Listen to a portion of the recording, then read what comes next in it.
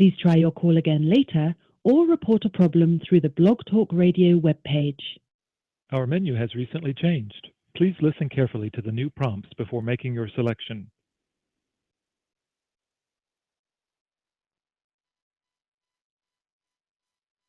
Hi, this is Michael Buffer, and you're listening to the voice of the people. Let's get ready for Boxing Voice. BoxingVoice.com.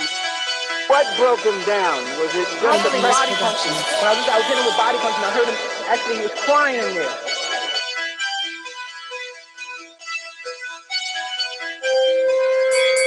You were saying that Gibbs was crying when you hit him? Yes. When did that happen? And perhaps the fourth round on. BoxingVoice.com. So that you knew you had him by that time. Absolutely, but I knew you were tough and you were taking those punches. Quality Beyonce Productions.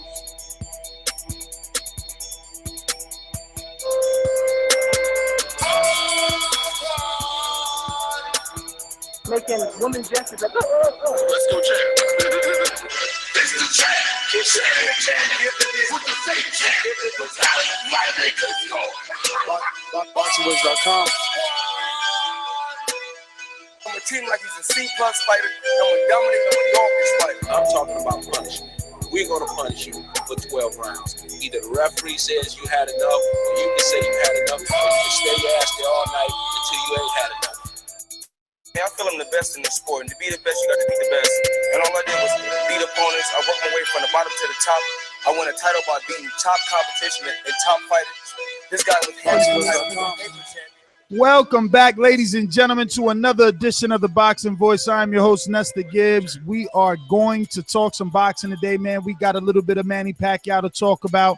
Kell Brook and Errol Spence are back in the headlines. Badou Jack and James DeGale will give you the numbers. It wasn't that great. And Liam Smith, or should I say Callum Smith, is getting his opportunity now that Badou Jack has vacated the WBC. And if you haven't heard that show, we'll give you all the details about it. So the number is 1-425-569-5241 if you want to speak. You want to get it off your chest and voice your opinion here on the Voice of the People hotline. You already know, call in, and you can Skype internationally absolutely free by adding Nestor Gibbs on Skype. Let's head on over to the Sunshine State for the prognosis of the good doctor. BoxingMD, what's going on, brother? I know you want to sit in on this. We're going to head on over to the Sunshine State. BoxingMD, what's going on? Is that a fair statement to make? You have to be honest with yourself.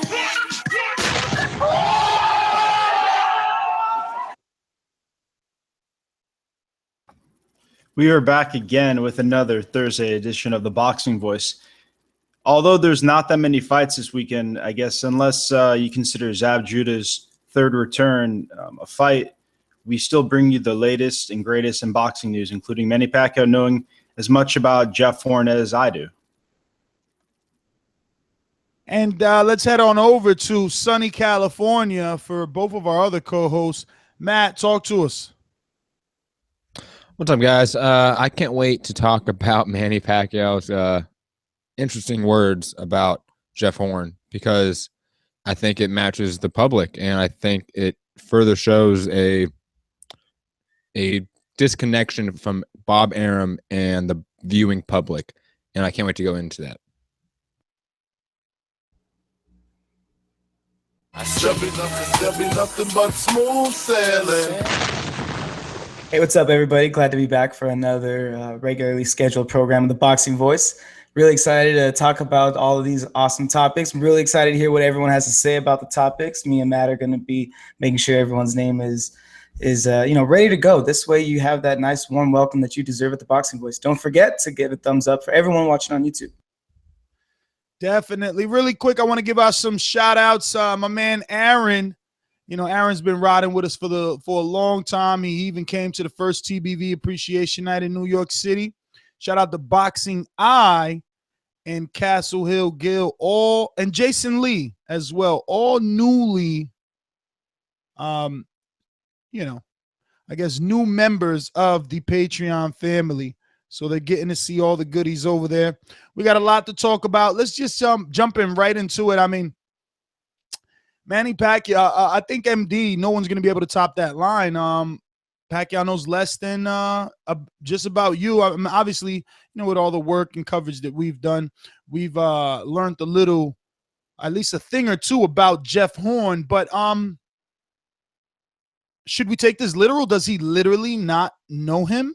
Or was it that he never met him? I mean, that's the headline floating around, that he's never heard of Jeff Hearn. I don't think this is like the standard. You know, you just don't want to give someone credit for knowing them, right? You know, like you meet somebody, like you always have that asshole you meet 3 or 4 times, and he has that attitude like, oh, nice to meet you. I haven't met you before, because you're not important enough to remember, right? I believe he doesn't know who Jeff Hearn is at all. Like literally at all. Like I said, as much as I know of him, because unless Manny Pacquiao dives deep into the sport of boxing, he's not an American-based fighter, and he's not shown on TV over here. And I've never heard him be, I guess, at a large gym to spar with the other guys. So I don't know. He doesn't know who he is. Matt. You know, I actually really don't. Yeah, I'm not going to doubt Manny Pacquiao or I'm not going to knock him for not knowing Jeff Hearn. I mean, you could make the argument, hey, you know, this guy's the #1 mandatory in the sanctioning body that you hold a title in. So maybe you should have somewhat of an idea of who's ranked in your top 10, because if you want to be continuing to fight, as Manny Pacquiao has said that he doesn't want to retire yet, maybe he should know who Jeff Hearn is. Maybe he should be aware of the person who he's selected to fight. The fact that he has no idea who this person is, but he's just choosing to fight him, I think that makes it kind of seem like he would prefer to fight a lesser known opponent. I think it kind of bigs up what Matt was saying a couple of weeks ago. That kind of makes it look more like a duck. Because he doesn't know him? Yeah, because it makes Jeff Hearn seem more irrelevant. So for a legend to fight a guy that he doesn't even know, who's that irrelevant, I think is kind of depressing for the sport. Matt, would it make you happier if he lied and goes, oh, I know who he is, great fighter, excellent fighter? Yeah, I would. If I didn't know he lied and he just said that, yeah, that's a better quote. You know, even Floyd Mayweather used to say, I don't know Jeff Hearn doesn't sell the fight. Right? Like this doesn't sell the fight to the US market at all. Really quick, I just want to interrupt everyone and give a quick reminder. At about 8 p.m. Eastern time, 7 p.m. Central, 5 p.m. Pacific, we'll be having Francisco Vargas, the WBC champion, who will be defending that title versus Miguel Berchelt on January 28th, right? He's going up against the Mikey Garcia card and Leo Santa Cruz, unfortunately, but we'll talk to him. You know, 130-pound division is one division that has definitely been on the tip of our tongues around here with the young Gervonta Davis and Lomachenko. Just a lot of fighters in that division now that we know. Jason Sosa, Nicholas Walters. But back to the topic at hand. Matthew, what seems to be the problem? I mean, we got 2 producers on this show. Could one of you guys figure out, we reported that this fight was happening a long time ago. Why have we gotten no official press conference for Jeff Hearn and Manny Pacquiao? I've even gotten texts from our Australian correspondent, Mickey, telling us that it was going to be 12 o'clock in the afternoon, which would make it 8 p.m. our time here in, the States. What's going on? Is Hearn getting a shot? What's going on? It seems like, I don't know, a lot of shuffling dancing. From what I've seen, it seems like they're determining the location. If it's in, because like different states in Australia had different laws according to combat sports, and they vary greatly, much more so than what we see in the States, what we see with like California and Nevada. Like their laws when it comes and regulations when it comes to combat sports are very similar because of the ABC. In Australia, that's very different. So that could be a factor. And especially in terms of just taxations, you know, that could be a factor. But I know that they did announce a press conference, and for some reason it did not happen. I do not know why, but I do know that Bob Arum has been going back and forth from Australia into the Philippines and LA and trying to talk to everyone. And I don't know why it's not set in stone yet, but I'm not thinking it's not going to happen now. It is going to happen. This fight's going to happen. It's just like how we had Thurman Garcia take forever to actually get announced a location and a television network. Like these things just take time sometimes. I don't know why, but they do now.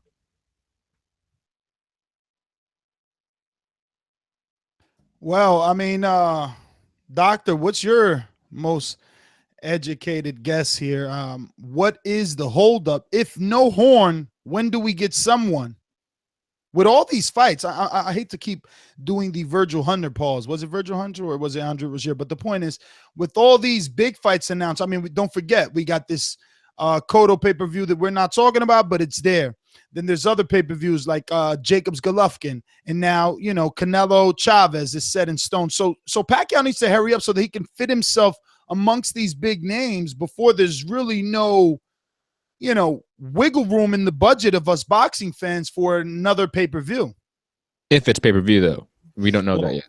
Well, I think that Bob Arum is waiting because I don't know their current situation between, I guess, Top Rank and Pacquiao and HBO side. So I think it has something to do with HBO and trying to get a network deal. I know that this fight, he said, is going to be on, I guess, free television. I see it being on maybe like a HBO if they somehow pick it up. I guess that's what they consider free television. So I think that's what's holding it back, because there's no way Manny Pacquiao is going to fight an American-based promotion company, Top Rank, and they're not going to have any accessibility for it over here. It's not totally going to be out of the United States market. It just might not be, obviously, on pay-per-view. And because it's out of market in such a drastic time difference and such, it does take a little bit more backroom dealing or negotiation. That makes it sound like mischievous or malicious, but it's not. It's just the business of it is longer because of you're dealing with more markets. If this fight was happening in Vegas, it would be much easier to get paperwork done and get contracts signed because it's one market. All right. Well, switching gears just a bit, Eddie Hearn was quoted over the weekend or past couple of days, obviously, speaking about the potential Brook Spence.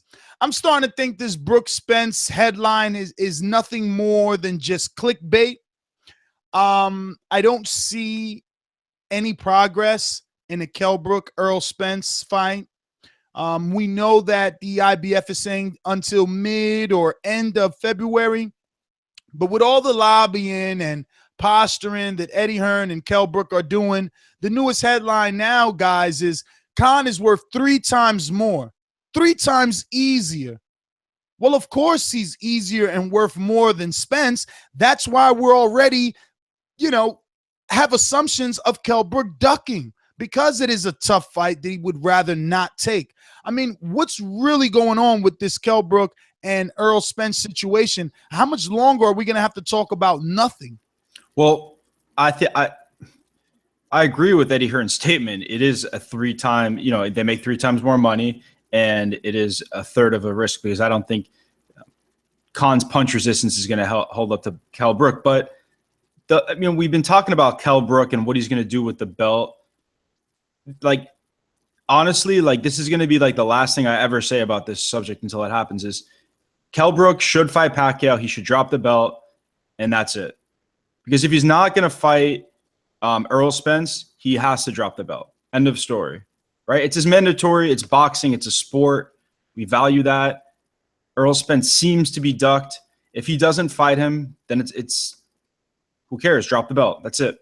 I'm telling you, I just think that it's a ploy of boxing websites to get clicks. I mean, the quotes are even the same. And I quote, if we want to stay at 47, we have to fight Errol Spence.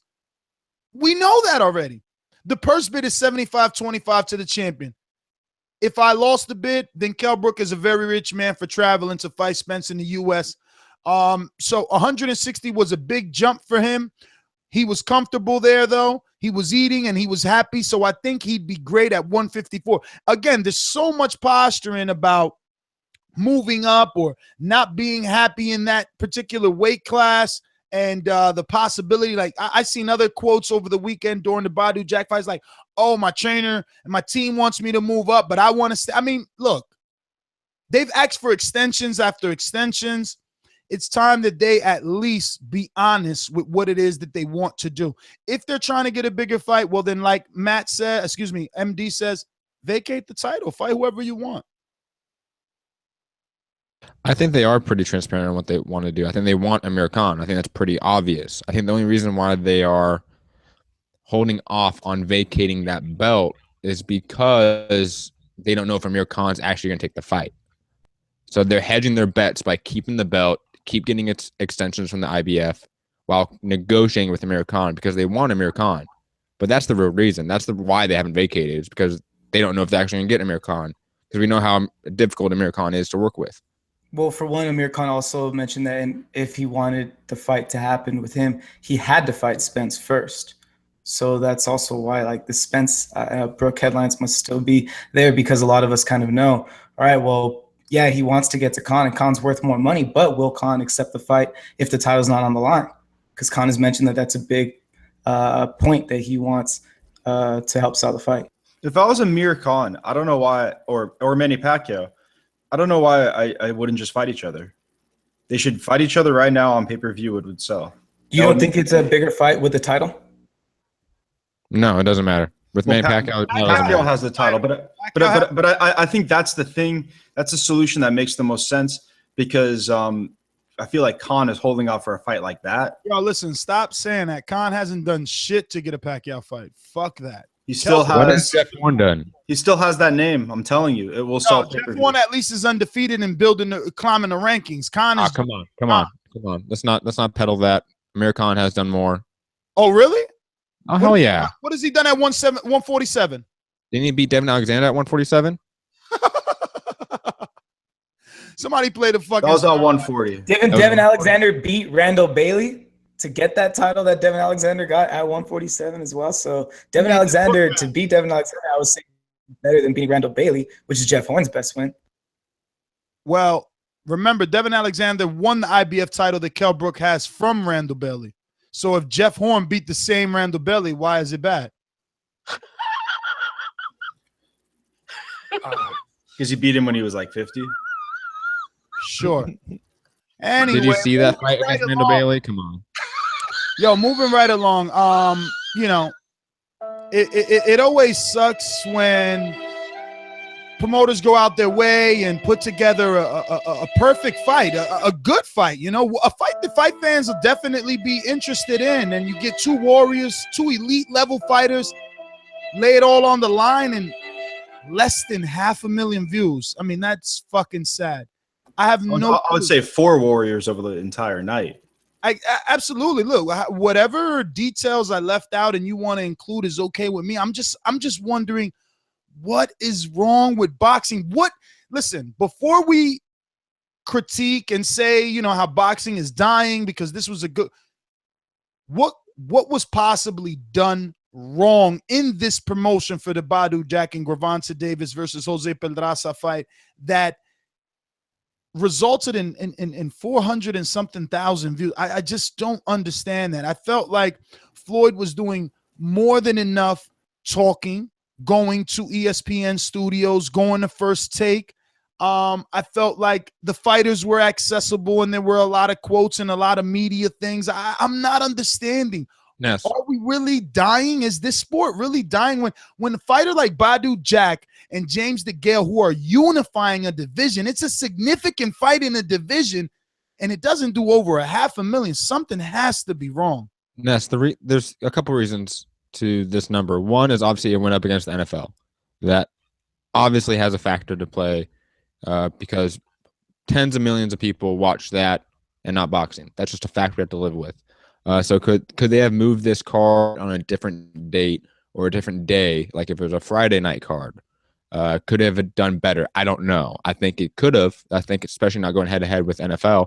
And then when it comes to Mayweather and promoting, when we look at what he was on when he was on ESPN, what was the headlines coming out of that? It wasn't, oh, Badou Jack, James DeGale. No, it was, oh, they pressed him on, you know, beating up women. You know, it was him talking about McGregor. You know, him going on all those outlets, while it was a great exposure, he didn't use that exposure to really make James DeGale and Badou Jack on Saturday night the prime objective. He made him the prime objective in those exposures. You know, to be fair, I remember when Matt, Sean, when Sean Zattel, when he interviewed Floyd Mayweather and he had that really awesome interview that everyone, kept circulating. I remember somebody had asked Mayweather and question. Mayweather actually did try to bring it back to Jack. He said, "Oh, I don't want to talk about about me. I want to talk about Badou Jack. And I remember that really specifically in that interview that Sean Sattel had. So I think there are times when it does hinder a promotion when Mayweather's involved, because people want to ask him a lot about his personal, business and things that are going on, rumors that we're hearing. But I think he does do a good job of trying to bring it back full circle to promoting his fighters. But like the Sean Sattel interview, while it was great, was circulated amongst boxing fans. ESPN is shown to just sports fans. So when you want to do 1 million views, 2 million views, 3 million views, 4 million views, you want to get outside that bubble. And if it's just Mayweather and all the big news outlets are talking about him and McGregor, not Badou Jack, James DeGale, that takes away from the spotlight of these guys. It just does. I'm not saying that he is inherently a bad promoter for doing that, because I don't think it's his fault. I think, like Steven said, it's just the nature of his name. He's always going to be the bigger guy than any of his fighters. But let's be honest, neither one of these guys are Adrian Broner, and Adrian Broner moves the needle. Malignaggi moves the needle. Danny Garcia, Keith Thurman. These names are more known than Badou Jack and James DeGale. Now, whose fault is that, and what could have been done differently? They had showcase fights. Well, Ness, the biggest name on the card is Gervonta Davis. These main guys are really having, at least in the U.S. market, right? Like, who knows James DeGale? Who knows James DeGale? Who knows Badou Jack? No, literally nobody. And I think Floyd Mayweather could only help a promotional entity. But I do agree that he 100% focuses on himself, which he could do maybe 70%, because we get it. Like, people pay attention to Floyd Mayweather. He just doesn't do a good enough job, I guess, bringing it back or putting them in front of him, right? Which may not be possible. But I disagree. I just think that he hasn't had the mainstream push of his fighters. And I think maybe, I don't know if it's the effect of him having domestic violence and whatever, because there's been promoters and people in boxing. Fuck, Oscar De La Hoya had the no, it's not that. That's not that. 1 second. Oscar De La Hoya had a drug binge and was seen taking pictures in women's clothing, right? And people still watch his fighters. So I don't think it has anything to do with that. I think it's just the guys it's against football, and I don't think those names have any incentive for somebody to go to Showtime for that channel unless you know boxing. And very quickly, Gennady Golovkin was on the Breakfast Club, or the show with Charlemagne. That's huge, right? Was Badou Jack or James DeGale on that show? I think Gervonta Davis has done a few things, right, to get. Yeah, but like you said, like Gervonta Davis is the bigger name on that card. He's the biggest name on that card, but he's not the headliner. And casual fans, all they see is the headliner. They don't pay attention to the prelims, the undercard. They don't know that. Yeah, I agree. So again, neither one of the. I mean, you have a Brit and a Swede, essentially, right? It's a difficult sell. With Charlemagne on the Breakfast Club, that would have been entertaining as hell. You know it. Come on, like James DeGale's an entertaining person. You put James DeGale on ESPN instead of Floyd Mayweather. It would have given more. Done a lot more, but he's from the UK, so it's not as easy for the US viewing public to, I guess, relate. Listen, I mean, 1 second, Ness. Realistically, they could invest in a camera crew and have like some shit shot out there, and over here, obviously, we have the internet. But I agree to an extent, right? Lack of connection. You can definitely translate to the U.S. market if you're not from the U.S. market. Like, obviously, like Conor McGregor is like from the Irish market. I would say that Ricky Hatton translated or transcended to the U.S. market in a sense. I think he became more of a casual sports fan awareness. He was aware. People were aware of his name, especially during the Pacquiao and Mayweather fights. So I think it's not impossible for James DeGale to transcend to the U.S. market and do well in it. I just think he hasn't been pushed in the right ways. Well, speaking of pushing James DeGale and markets, I don't think the U.S. market is something he's interested in anymore. He's been taking a lot of UK heat for not, being over there, fighting over there, and he doesn't have the fan base that one would assume a gold medalist and undefeated champion would have. He went into unification. Some or most felt he lost to Jack past Saturday, but now he's setting his eyes on a official blemish on his record versus George Groves. George Groves beat him a long time ago when they were both, I believe, 11 and 13 and 0. or 10-11-0 in front of 13,000. I mix up the numbers. I watched the fight. I felt DeGale won. Now, the thing is, George Groves has a WBA title shot versus Chutinov. Producers, find out if that's a actual vacant shot or an eliminator for a shot, because here's the catch, MD. James DeGale is saying, forget that shot that you're in line for, that you're in training camp for, that you're obviously, set to fight.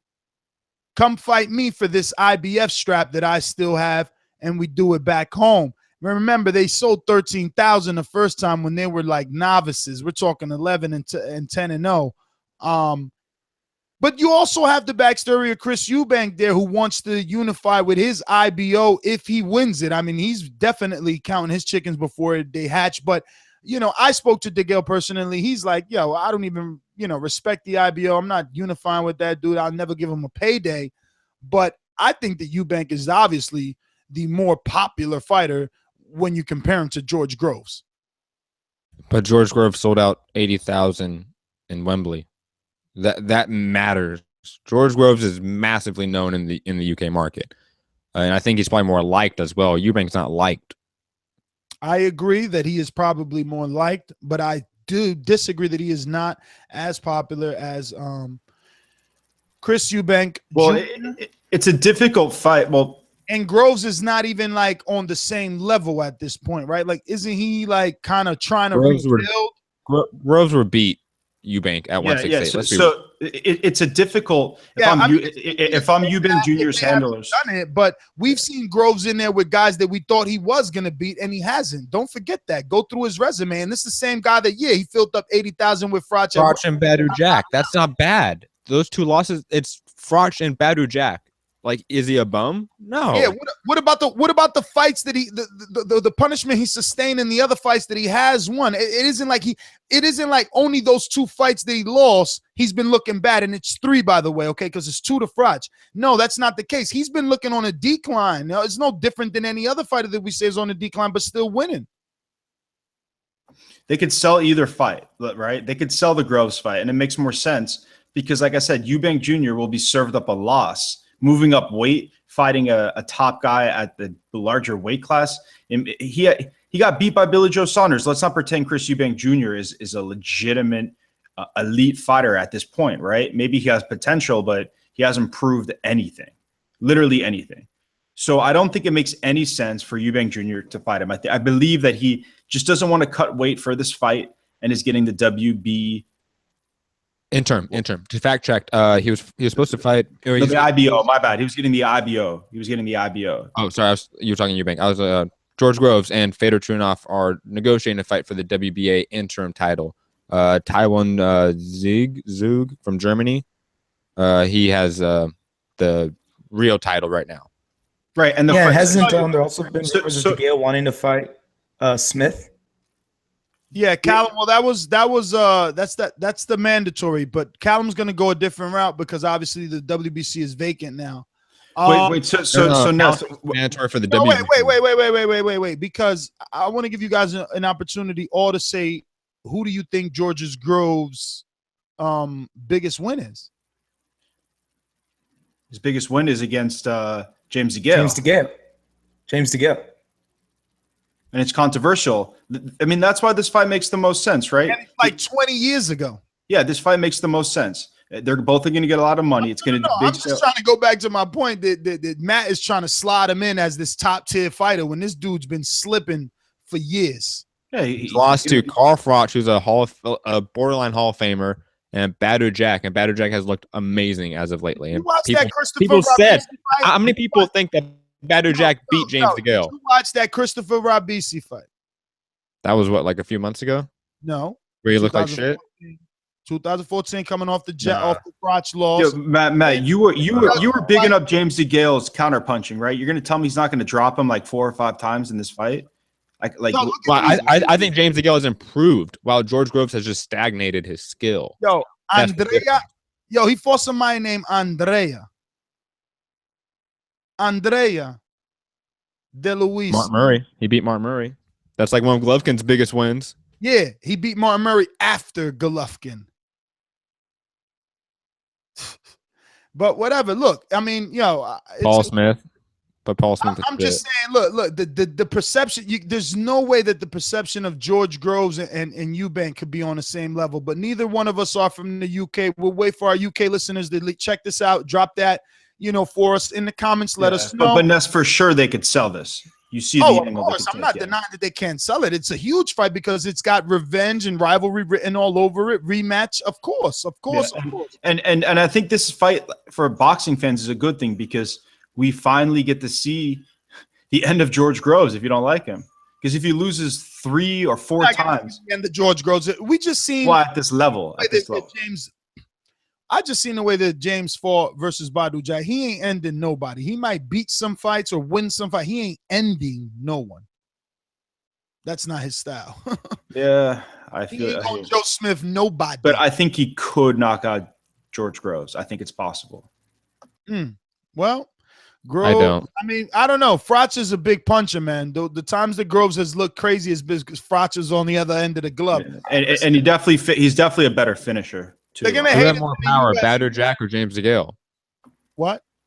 Who had more power, Badou Jack or James DeGale? I think James DeGale, but he doesn't land as much. I say Jack. I think Badou Jack was stronger going towards the end. I think James DeGale hits harder. Second half. He just doesn't land power, and he cannot knock out and finish George Groves. I don't see. No, I don't know. Yeah, but he looked like he was close though. He really had him reeling. Like if it was a different ref, you don't know. For the George Groves fight.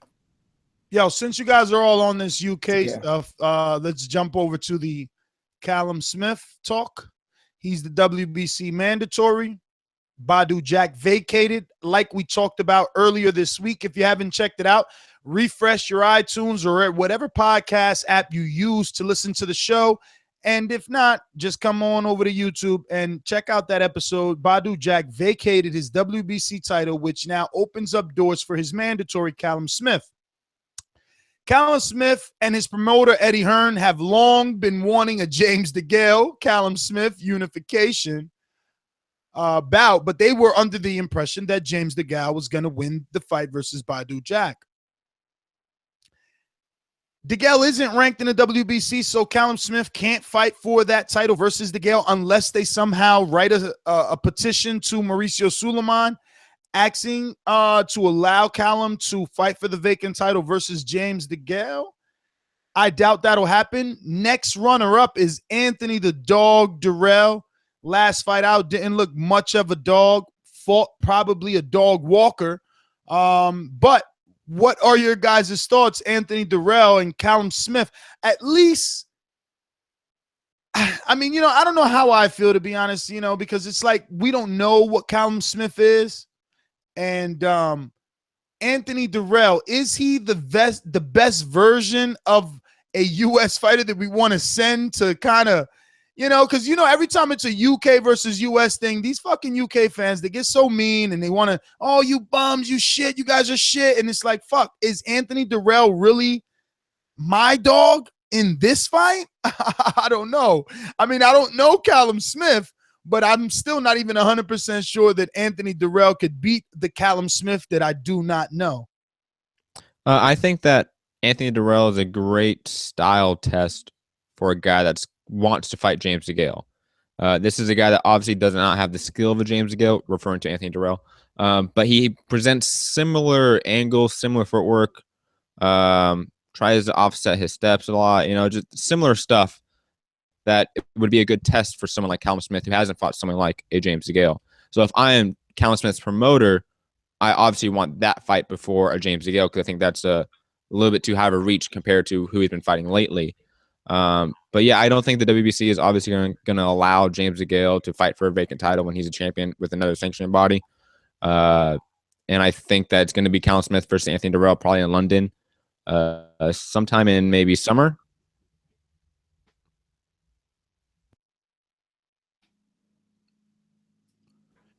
Doctor, what do you know about the Smith boy? I know that he's a good prospect and he hits hard, but he hasn't faced a upper level opponent. I think that, like you said, he's going to get the WBC belt, and I think his big fight is not going to happen quite yet. So I think that I can see him getting a big fight, maybe at the end of this year. Not yet though. I'm going to be in a big fight. Call it a drama show once I catch one of you losers that haven't been hitting that thumbs up button. I just don't understand it. The amount of people watching don't equate with the amount of people hitting that thumbs up button. If you're loving the content, why not hit that thumbs up button? We're about to have our first guest at 8 p.m. Eastern. That's about 21 minutes from now.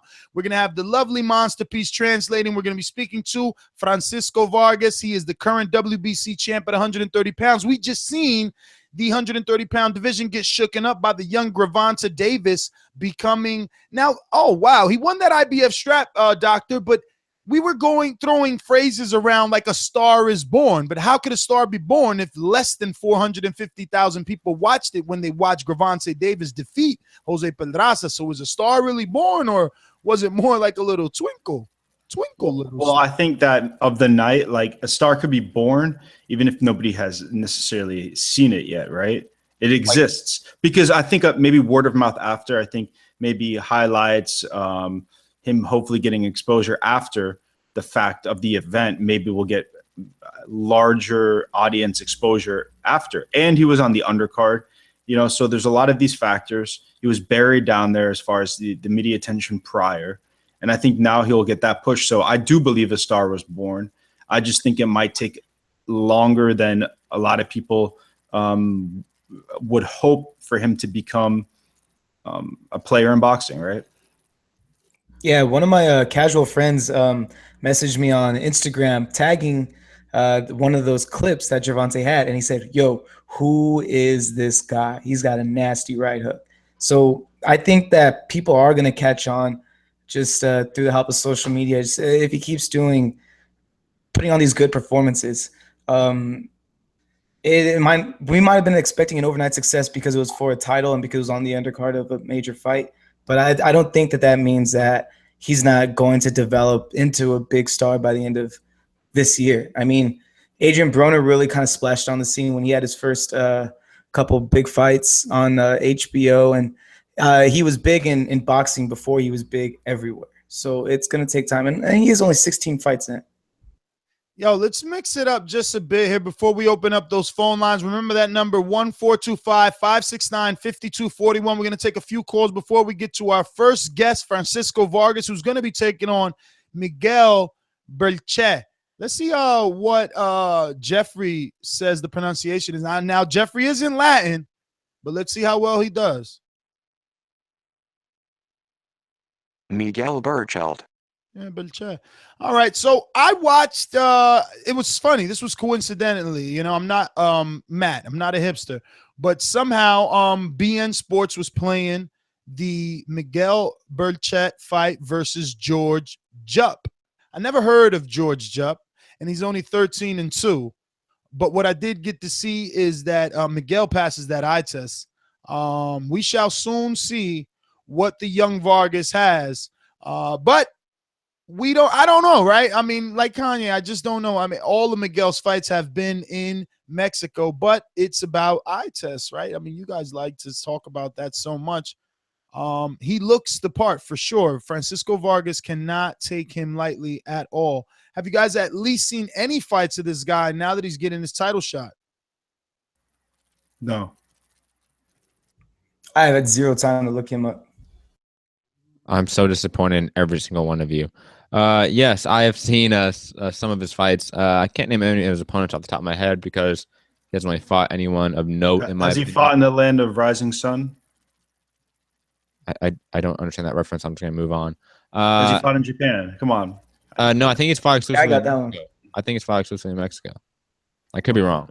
But again, I haven't seen like every one of his fights. But he looks good. He hits hard. He's fast. He has good footwork for the type of fighter he is when it comes to that aggressive style. I think a lot of people compare him to Roman Gonzalez in terms of how he boxes. Obviously not to the degree of skill in that way, but how he does it is very similar in my opinion.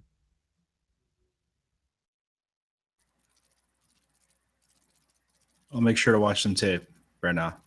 Yeah, like I said, my viewing of the tape was definitely accidental, but I'll tell you what viewing of tape wasn't accidental. That film study we did today, you guys asked for it. Our Patreon listeners did anyway, that's for sure. Our Patreon listeners asked us to do a review of Martin Murray versus Gennady Golovkin, and we did it. And anyone that's already watched some of our film studies, they're obviously entertaining. Fights are also there for you to watch along with our expressions and our own commentary. So definitely head on over to Patreon and check out that Martin Murray versus Gennady Golovkin, little film study that me, Matt, and MD did earlier today. I think we should just jump out to these phone lines. Before you head out to the phone lines, can I say one thing about the Garcia press conference? Sure, let's talk about it. I just have to say, regardless of what happened, we're still talking about it, and I think that the Golovkin, Danny Jacobs could have used at least something in between what just happened and what happened, because we didn't even talk about that really at all. So we're still talking about it.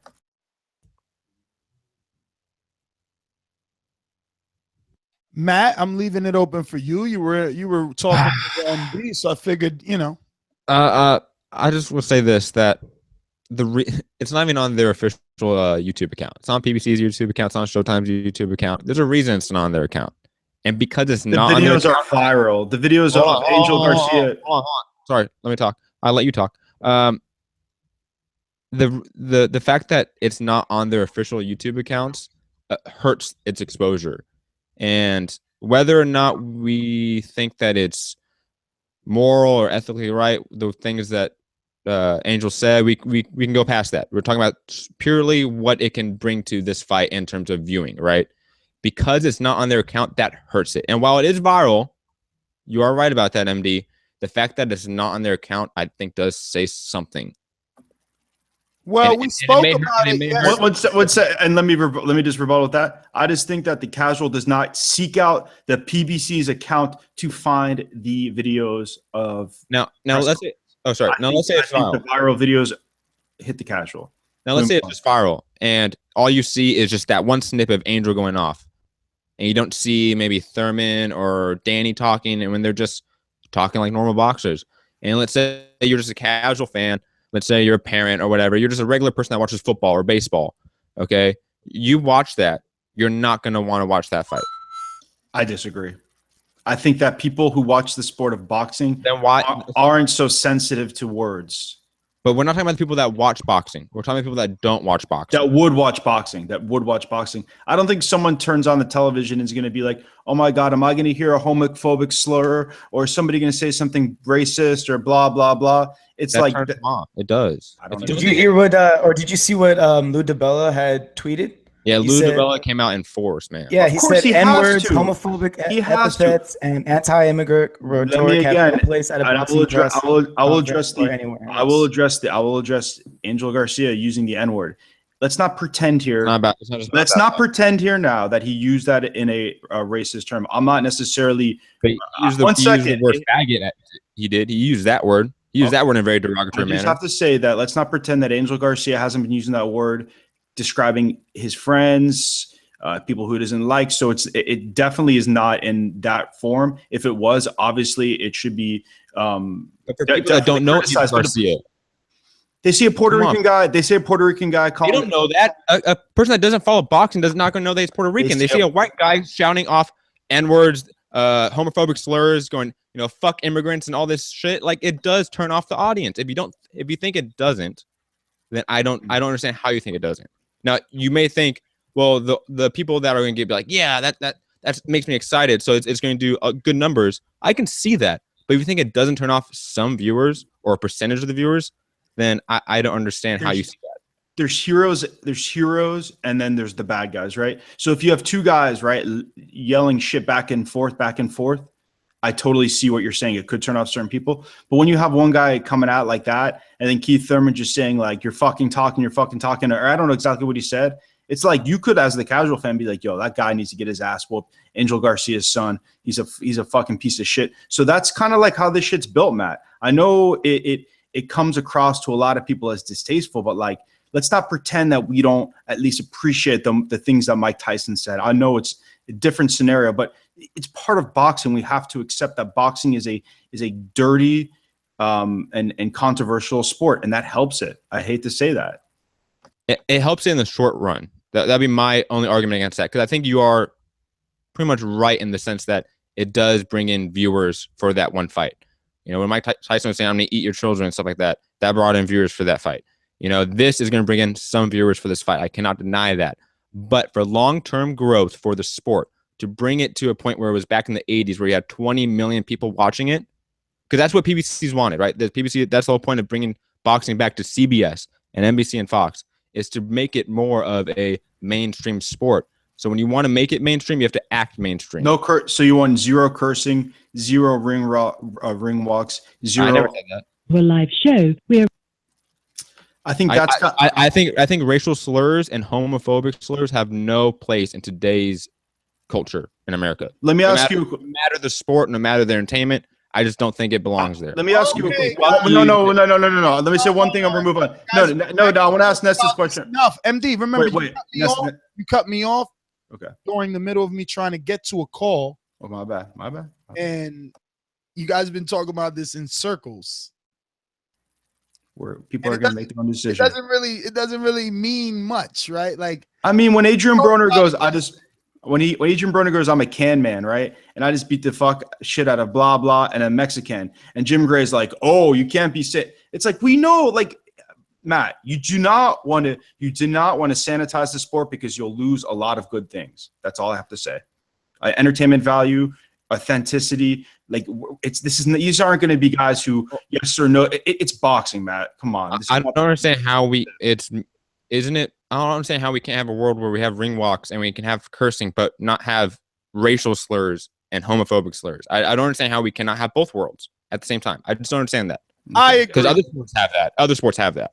But we don't. I agree, but I also agree with MD that, you know, you shouldn't have your panties in a bunch. It's not that big a deal. It's a combat. I don't care. I don't care. Words, other people. Words and anger and tempers rising, you know, should be expected. Agreed. 8 o'clock, we're having Francisco Vargas on. In the meantime, let's get out to these phone calls. Yo, we have Jose from Canada, our Boomerang on the line. Brought to you by our sponsor, El Camino Electrical Services, who have over 15 years of commercial electrical experience, servicing the whole Silicon Valley and the entire San Francisco Peninsula. Visit us at our website, elcaminoelectricalservices.com.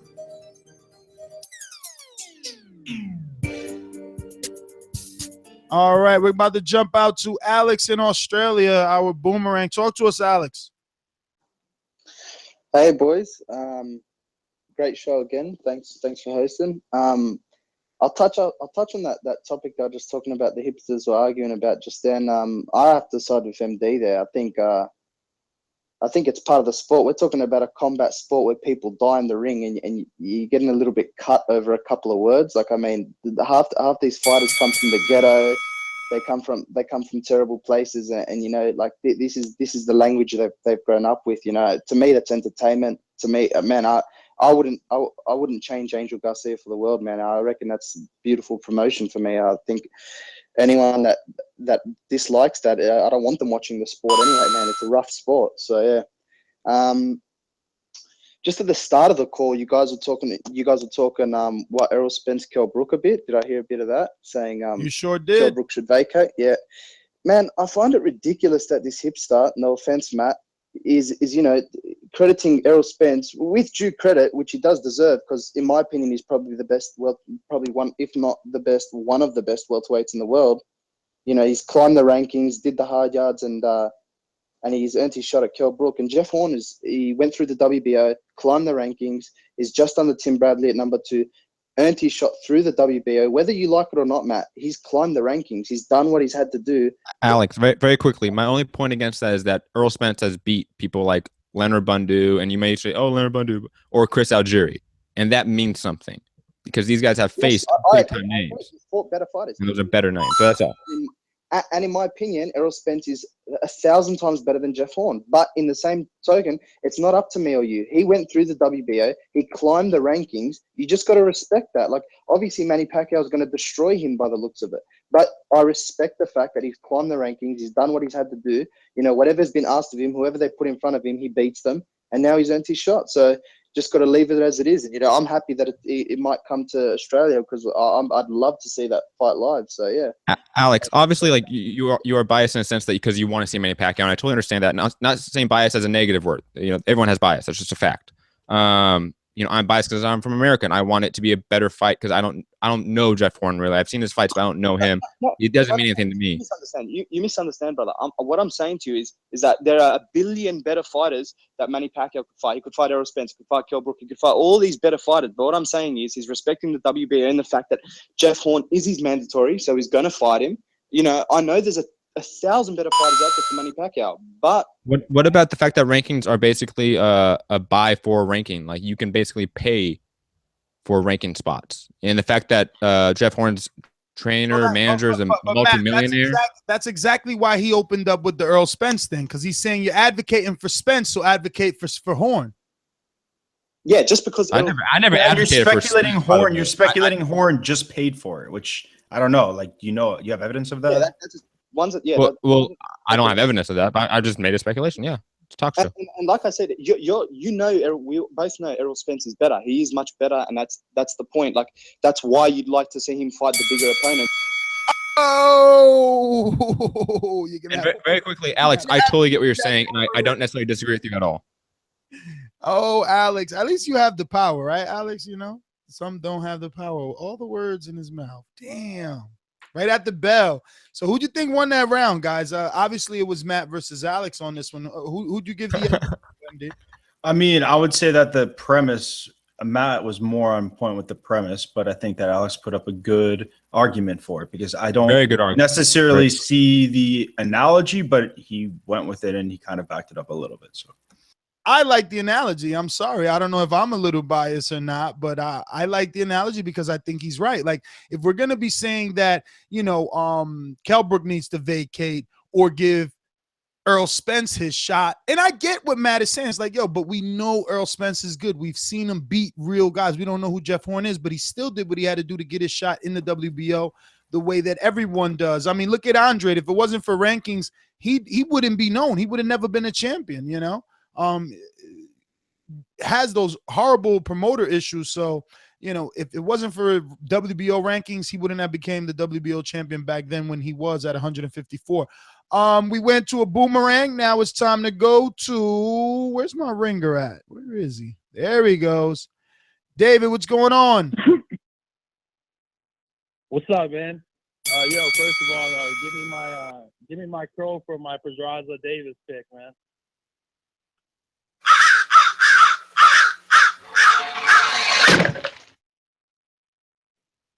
I thought Pedraza would fight better since he had more experience. He was an older guy.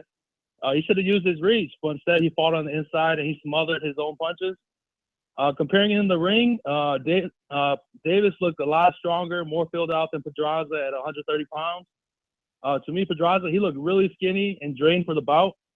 He didn't look strong at all. I heard after the fight he complained that he had to cut down from 154 just to make the 130-pound limit. The fight, it reminded me of Broner versus DeMarco when they fought at 135. Broner, he was a challenger, but he just looked stronger and more physical, more crisp in the fight. Same way that Davis looked just stronger than Pedraza. Davis, he has a really bright future. You know, he's a little short, so we'll see how far he goes in moving up weight. But the skills are definitely there. Floyd said they're gonna build him slowly, and they don't want the Lomachenko fight, which is smart because you know Tank's only 22 years old. So build his resume and build him slowly, and he has a very bright future. So props for him for the big win. And then for the Thurman Garcia press conference antics, it's good and it's bad. You know, the mainstream writers like ESPN, Ring TV, you know, they're gonna hate it because it makes boxing look barbaric and not focused on the skills in the ring. But if you looked at the history of boxing, we've always had these crazy antics. You know, it's always been a part of the sport. I mean, we all remember, you know, in the 80s when Larry Holmes jumped off that car and drop kicked that guy, or Tyson and Lennox fighting at the press conference, you know. So, you know, I just want to say to Matt real quick, I mean, if you look at the McGregor-Diaz fight too, they were fighting and cussing at each other at the press conference. And, you know, it made more casuals come out for the fight. And it's just part of boxing, man. It's always gonna be a little crazy. There's like Ness said, it's a combat sport. You know, guys are gonna talk shit. They're gonna push each other. I mean, it doesn't look good, but it's always been part of the sport, and it's never gonna change. And then that's it, man. That's my call, man. I'm very excited for the fight. Like I said before, Danny's the better boxer, but Thurman, he's a more stronger, more natural welterweight. Free on CBS, so give Showtime, give PBC, give Heyman their credit. And I think the fight would do probably about 5 to 6 million views.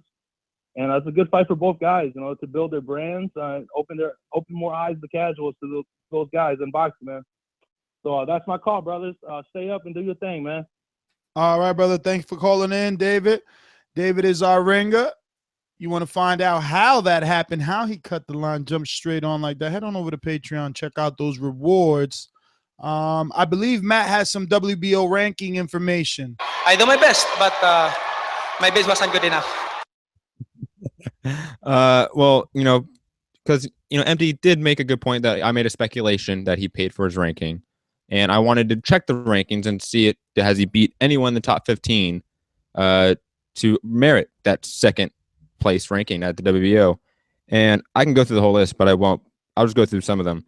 The guy ranked above Jeff Horn is obviously Timothy Bradley. The guy ranks below. The guys ranked below him is Jesse Vargas, Errol Spence Jr., Bradley Skeet, Taras Shalustik, Konstantin Ponomarev, and I can go on and on. He hasn't beat anyone in the top 15, so I don't know what he has done to merit his second place ranking.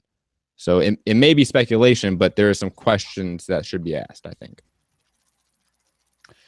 And very quickly, everyone's comparing like cuss words with the N-word and homophobic slurs, and I think in today's culture, like it's just different. Yes, back in the 80s and 60s and 70s, those words may have been more culturally acceptable in a sense, especially homophobic slurs.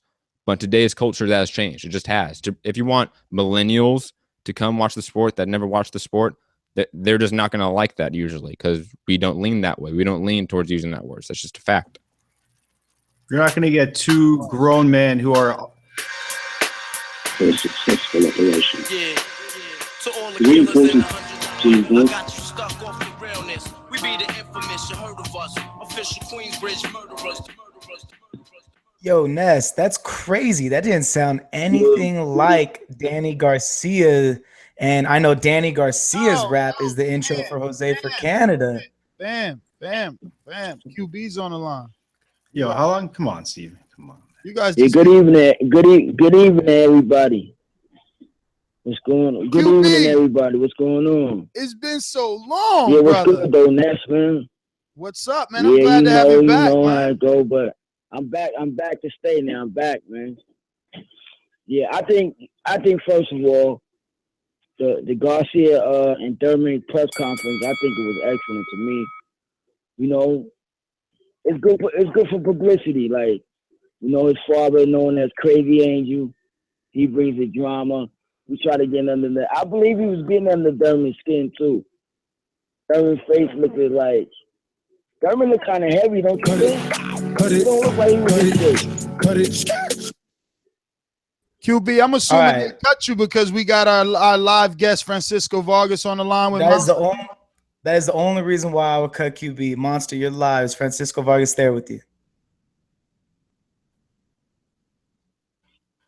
Monster. I'm here, guys.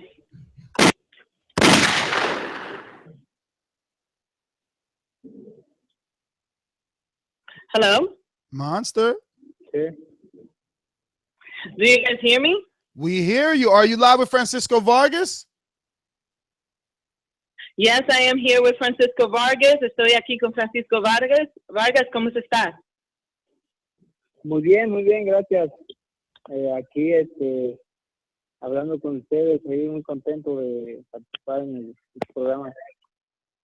Gracias. He says that he's here with us and that he's very excited to be here with our program. So is he in Mexico at the moment? Francisco, estás en México, ¿verdad? Así es. Yes. Ask him, did he have the opportunity to watch last Saturday's fights with the young Gervonta Davis, who fights in his division, just dethroning Jose Pedraza? Sure. Francisco, nuestro presentador quiere saber si viste la pelea de la semana pasada de Gervonta Davis contra Pedraza, que ganó ahora el título que tenía Pedraza en la 130, como él está en tu división. La verdad no tuve la oportunidad de verlo, solamente vi el resultado y vi la parte en la que terminó la pelea. He said that he really didn't get a chance to see the entire fight, but he did get to see the results, and he saw he heard about how the fight ended. Can you, I guess, ask him, what does Miguel Berchelt bring? Because a lot of people don't know him, but like, what kind of fighter is he, and what risk does he bring to Francisco Vargas in the ring? Vargas, nuestro segundo presentador, quiere preguntarte ¿qué tú crees que Miguel Berchelt va a traer a esta pelea? ¿O qué tú crees que te va a traer a ti? ¿Qué va a hacer por ti en esta pelea? Bueno, pues es una oportunidad por el campeonato. Es un muchacho que tiene buen récord y yo creo que viene bien preparado y pues va a venir con muchas ganas y pues yo creo que va a ser una pelea dura, una gran pelea. Gracias, Vargas. He says that he believes this is a championship fight, and this is a young man that is really hungry and that is coming very well prepared. So he feels like this is a good opportunity to fight somebody with that kind of passion. Francisco Vargas, we know that you were in negotiations to talk with and to fight with Orlando Salido. Why did those negotiations fall apart? Vargas, nuestro tercer presentador, quiere saber que estaban en negociación para la pelea con Salido. Si no puedes decir un poco qué pasó con esa negociación y por qué no ha tenido flusión. Bueno, pues porque ya tengo esta pelea con Berchelt, primero tengo que salir bien de esta pelea y ya después vamos a ver qué es lo que sigue. Vargas says that, well, they already had this fight with Berchelt, and they want to see where this fight goes with Berchelt, and after that, they're going to see where that goes with the Salido fight. Monster, tell him he's been receiving heavy accolades. In 2015, he had the fight of the year versus Takeishi Mora, and it ended in a TKO in 9. And obviously in 2016, ESPN also gave him fight of the year with Orlando Salido. But does he feel that these fights are taking a little off of his career? I mean, the last one, he had that eye. These are just some battles. I don't know how you want to translate that, but Sure, I'll ask him. Vargas, nuestro presentador, quiere también preguntarte que en el 2015 te dieron pelea del año contra Miura, que fue una pelea bien fuerte, con mucha acción. También tenías pelea del año, también ESPN te había dado pelea del año en el 2016, el año pasado contra Salido. También fue una pelea con mucha acción. Nuestra presentación quiere saber de tu salud, o sea, quiere saber si estos golpes, esa pelea con tanta acción, con tantos presión en esta cuadrilaria, ¿qué tú nos puedes decir de tu salud? ¿Nos puedes decir si es algo que te puede quitar, no sé, algunos años en tu carrera, o tú no piensas eso? Bueno, pues yo me siento muy bien. Por lo mismo de que venía de 2 peleas muy duras, tuve un receso, descansé un tiempo y esperé que sanaran mis heridas.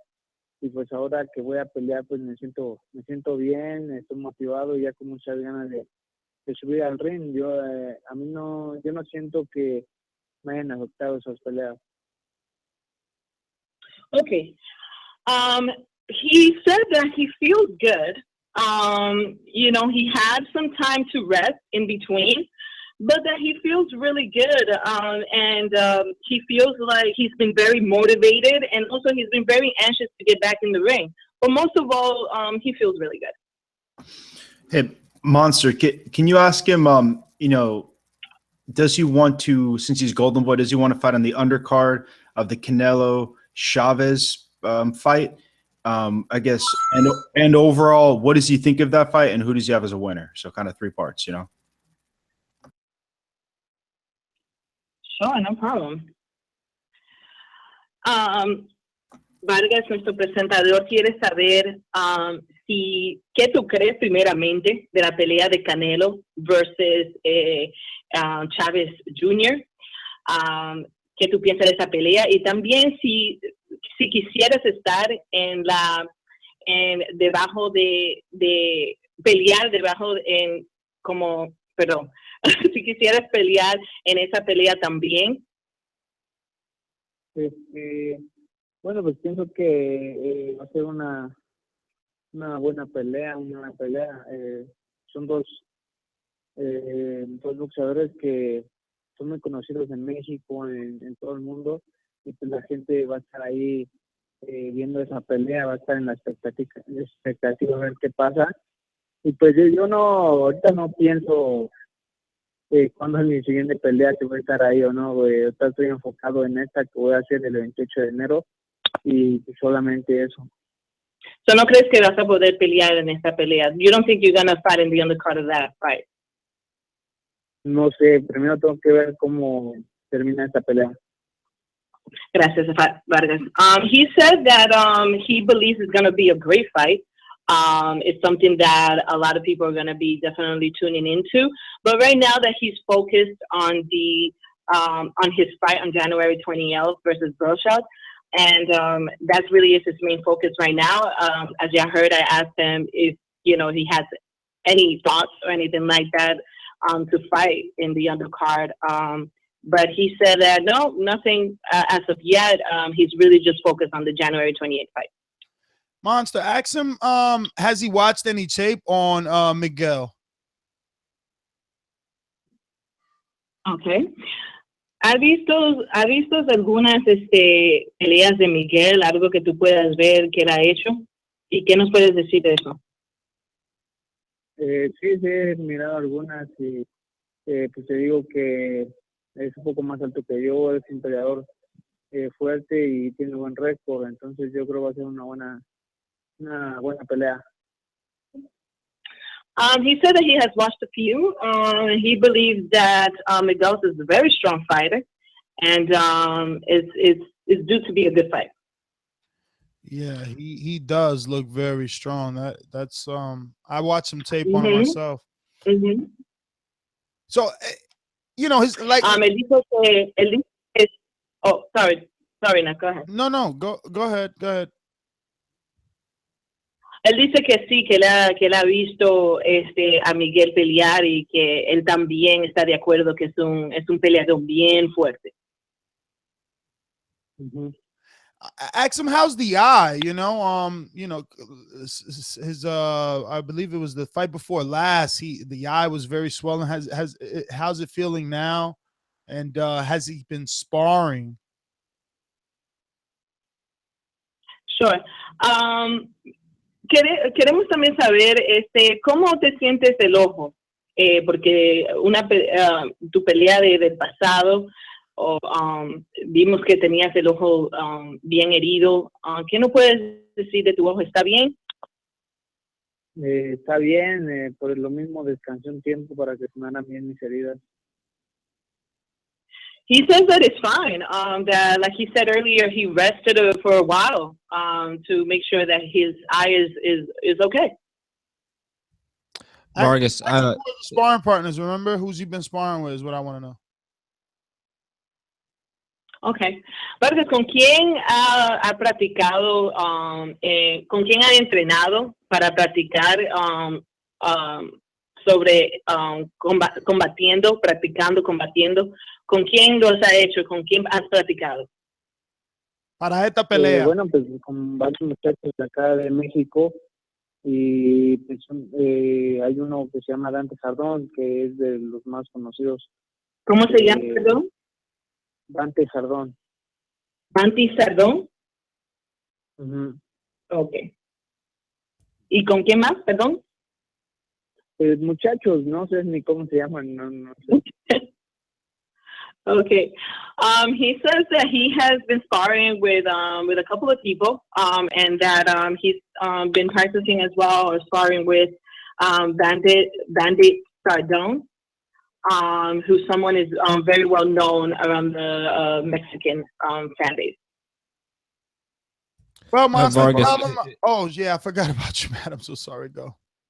Vargas, it seems that you and Lomachenko are the top dogs in the division. Is there a plan for you guys, or do you hope that you guys will fight sometime in this year to unify your belts?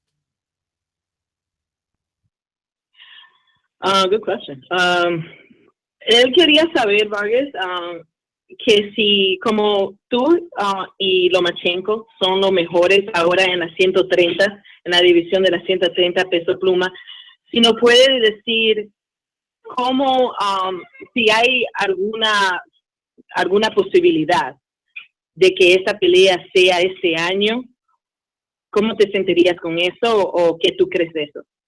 Como ustedes son los mejores. Bueno, pues yo creo que en cualquier momento puede pasar porque estamos en la misma división. Yo creo que sería una pelea que mucha gente quisiera ver porque sería campeón contra campeón.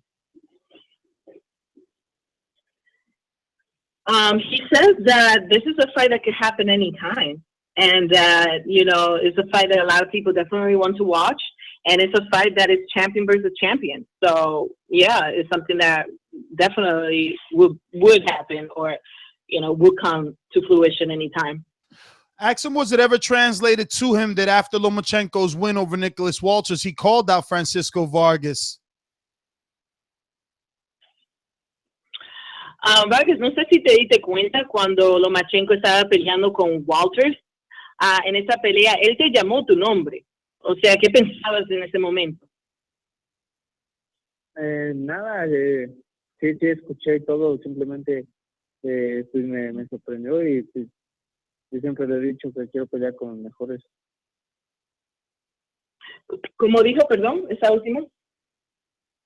Que siempre yo he dicho que quiero pelear con los mejores. Okay. He said that, yeah, he heard it, and, he always said that Vargas always said that he wants to fight the best. So even then, he really doesn't think anything of it. He's like, I want to fight the best. Doesn't matter. Well, at this time, ask him to give his social media and thank him for giving us the opportunity to interview him all the way in Mexico. We truly appreciate his time. Hopefully, we can get him back. He can get a little more comfortable with us and give us the real Francisco Vargas. We want to see it, and the world needs to see it. Nuestro presentador te quiere dar las gracias por esta oportunidad de darte esta entrevista esta noche desde México. Te damos muchas gracias y nosotros queremos verte muy pronto. También si nos puedes compartir con nosotros tus redes sociales. Sí, muchas gracias a ustedes. Las redes sociales es @elbandido130 en Twitter y en Instagram. ¿Cómo dijo otra vez, perdón? Como es por teléfono, se oye un poco raro. Okay, @elbandido130. El bandido 130. ¿Eso es en el Twitter o en Instagram solamente? En los dos. En los dos. @el bandido 130.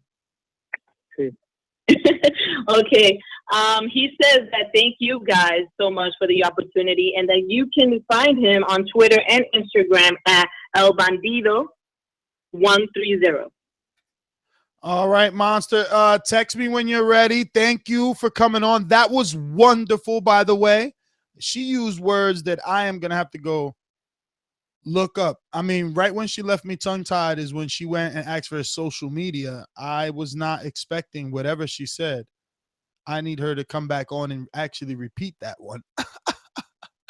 But that wasn't as great as I would want, you know. We're going to have to get the young Francisco Vargas back on here and maybe try and get comfortable with him, you know. It's always difficult to do phone interviews. People, you know, they don't know you and things like that. But he's in an interesting division for sure. I mean, totally has a lot of big names in there. That Lomachenko, I'm surprised when we were talking Lomachenko, he didn't right away say like, oh yeah, that's a super fight, because, you know, Jason Sosa, who's like the WBA champion, or a version of it, he's saying that the Lomachenko fight for him is a pay-per-view fight. So, you know, Francisco. Did he really say that? Did Jason Sosa really say that? Yeah, he's like, yo, that's my pay-per-view fight. Like that's fight. a fucking joke. That's a joke. Yeah, well, you know, I mean, if Lomachenko Walters, which was two undefeated guys at the time, wasn't pay-per-view, then I don't understand how Jason Sosa, who Walters, we all know lost to Walters, but will be a pay-per-view. But at this point, he's still a champion, and Walters is a quitter today.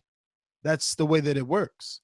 So Sosa at least has a opportunity to prove his or back his statements up. Walters, in your opinion, you know, I don't even know who wants to see Walters again.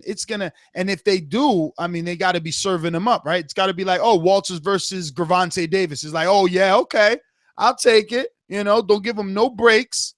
Don't give him no breaks, no rest for quitting. He went straight from getting beat up from Lomachenko. Now he got to go in there with Tank. Yeah, don't give him no breaks then. Let's do it.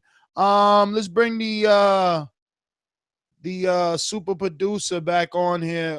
Did wonderful with the Spanish. I'm a motherfucking monster.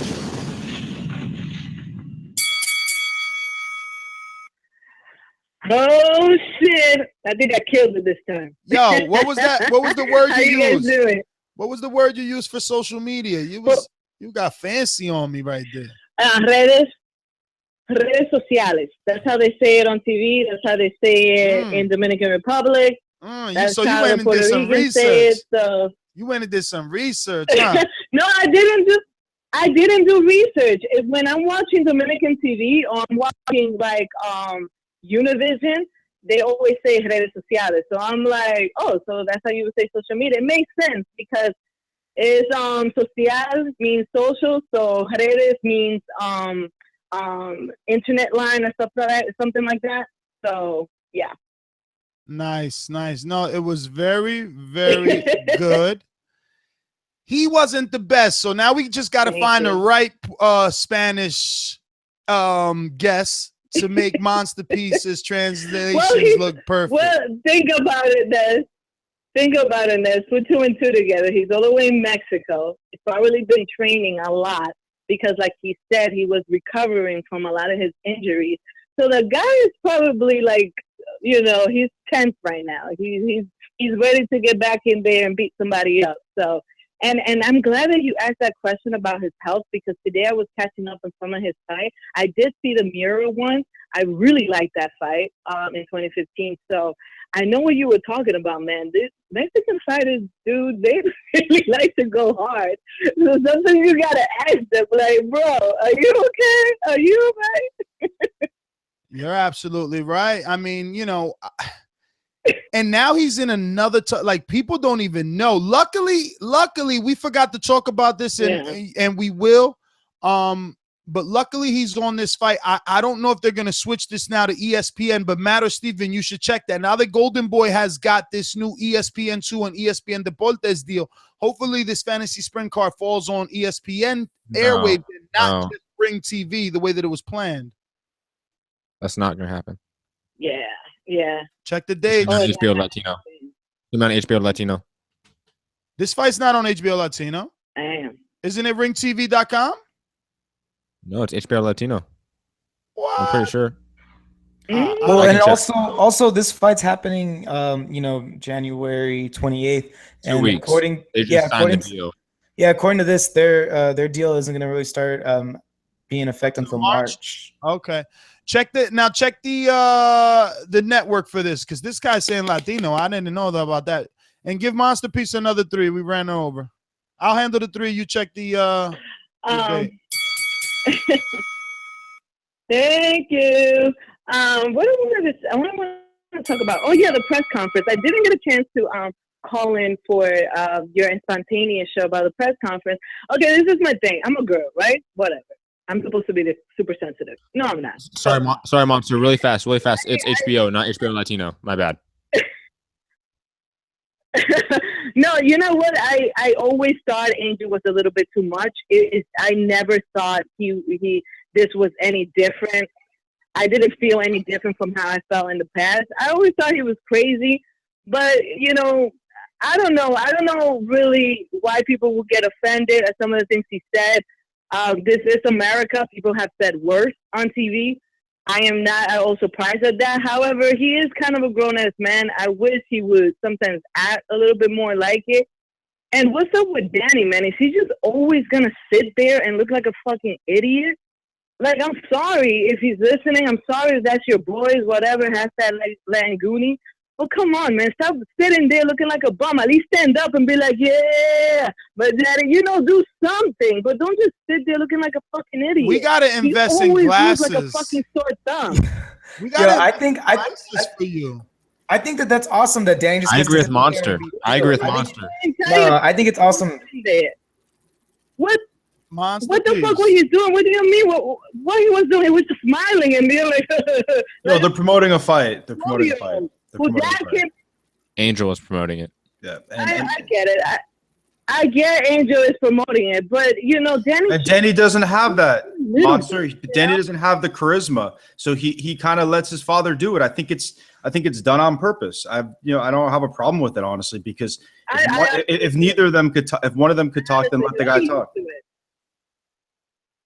Yeah, I'm used to it. I think if you've been following Danny Garcia's career for a while now, since he's been being champion, all that kind of stuff, and earning his stripes, you should be able to get used to already the extreme that his father is willing to go. Exactly. Anyway, that's all I really wanted to say about that.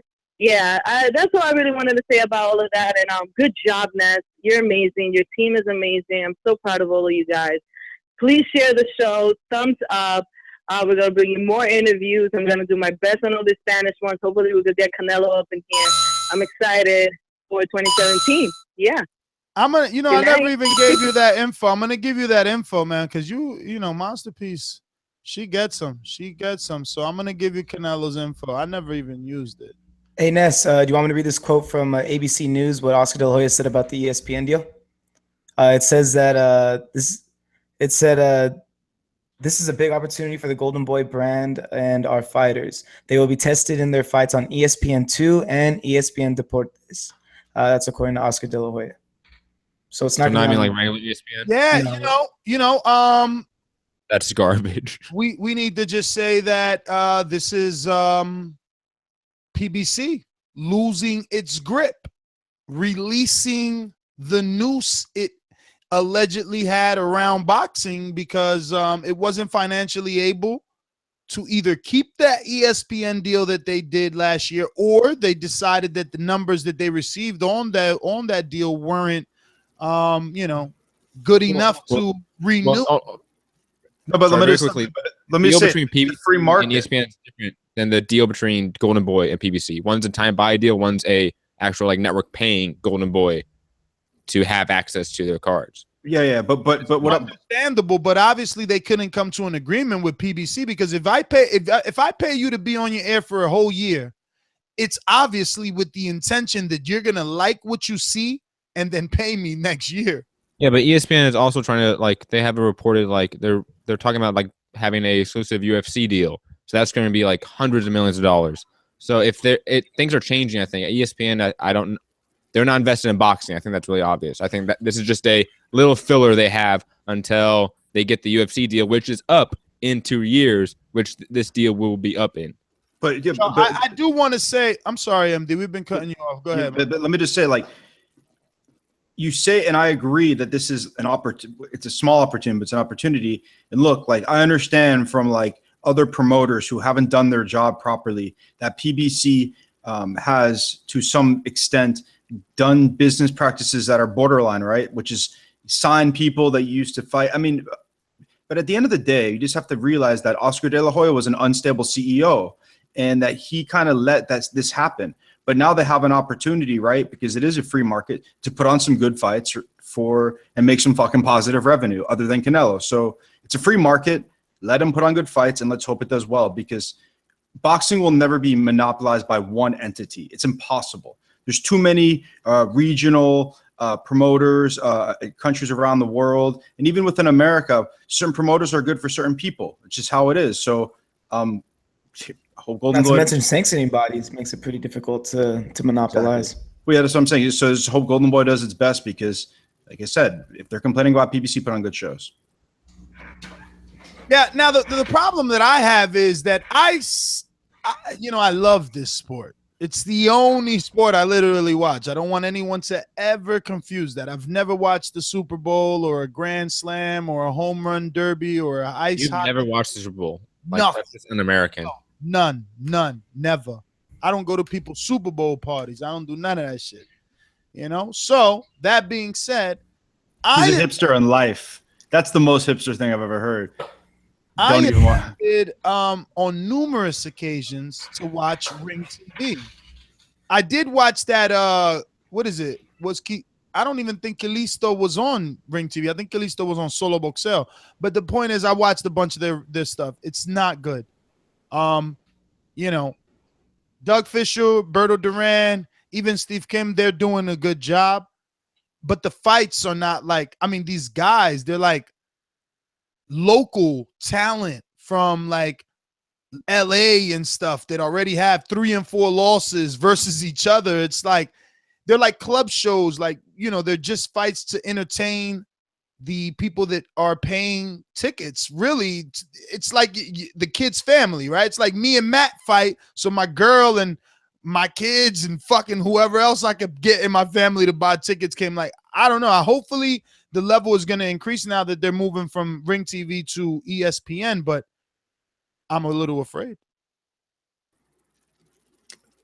Listen, even in the lower level fights, sometimes we get good fights. That's it. Like, yeah, and a lot of good fighters got their start there. Joel De La Hoya, Jojo Diaz, they all started fighting on that platform. And though, Jojo Diaz had national television. He was on Showtime plenty of times before the Al Haymon split. Remember, Jojo Diaz, 2012 Olympian, same as Marcus Brown, Rashid Warren, Errol Spence. Get out of here with that. Well, except since it's now associated with ESPN, maybe they'll use this platform to kind of push some people who are 3-0, 4-0, who maybe don't have enough legitimacy to be on TV, right? So maybe they could use it kind of how PBCs use some of their Bounce TV networks and whatnot to push prospects who we should eventually know, right? Yeah, funny you say Bounce TV. Bounce TV has Robert Easter versus Louis Cruz, Rashid Warren versus a legitimate mandatory. It's hopefully we get that level of opposition on ESPN and ESPN. Bounce TV still doesn't even have HD. HD, I know, it's so fucking aggravating, bro. Aggravating. Even Ring TV has HD. I called my cable company like, yo, what? They said it's not available to us, MD, in the East. I wonder if Matt gets it or Steven. Do you guys get HD Bounce TV? I don't think so. No, I did. I the phone lines. We've been talking a lot. It's getting late. Let's get to some of these guys. Get those clocks ready. If you know like I know, you should lie low. I used to get it in Ohio. What's up, fellas, man? Whew, I'm in the gym right now, so excuse me if I'm out of breath. But first question, man. Y'all gonna be in Cincinnati, man? Y'all gonna be in Cincinnati for the Broner fight? Yes or no?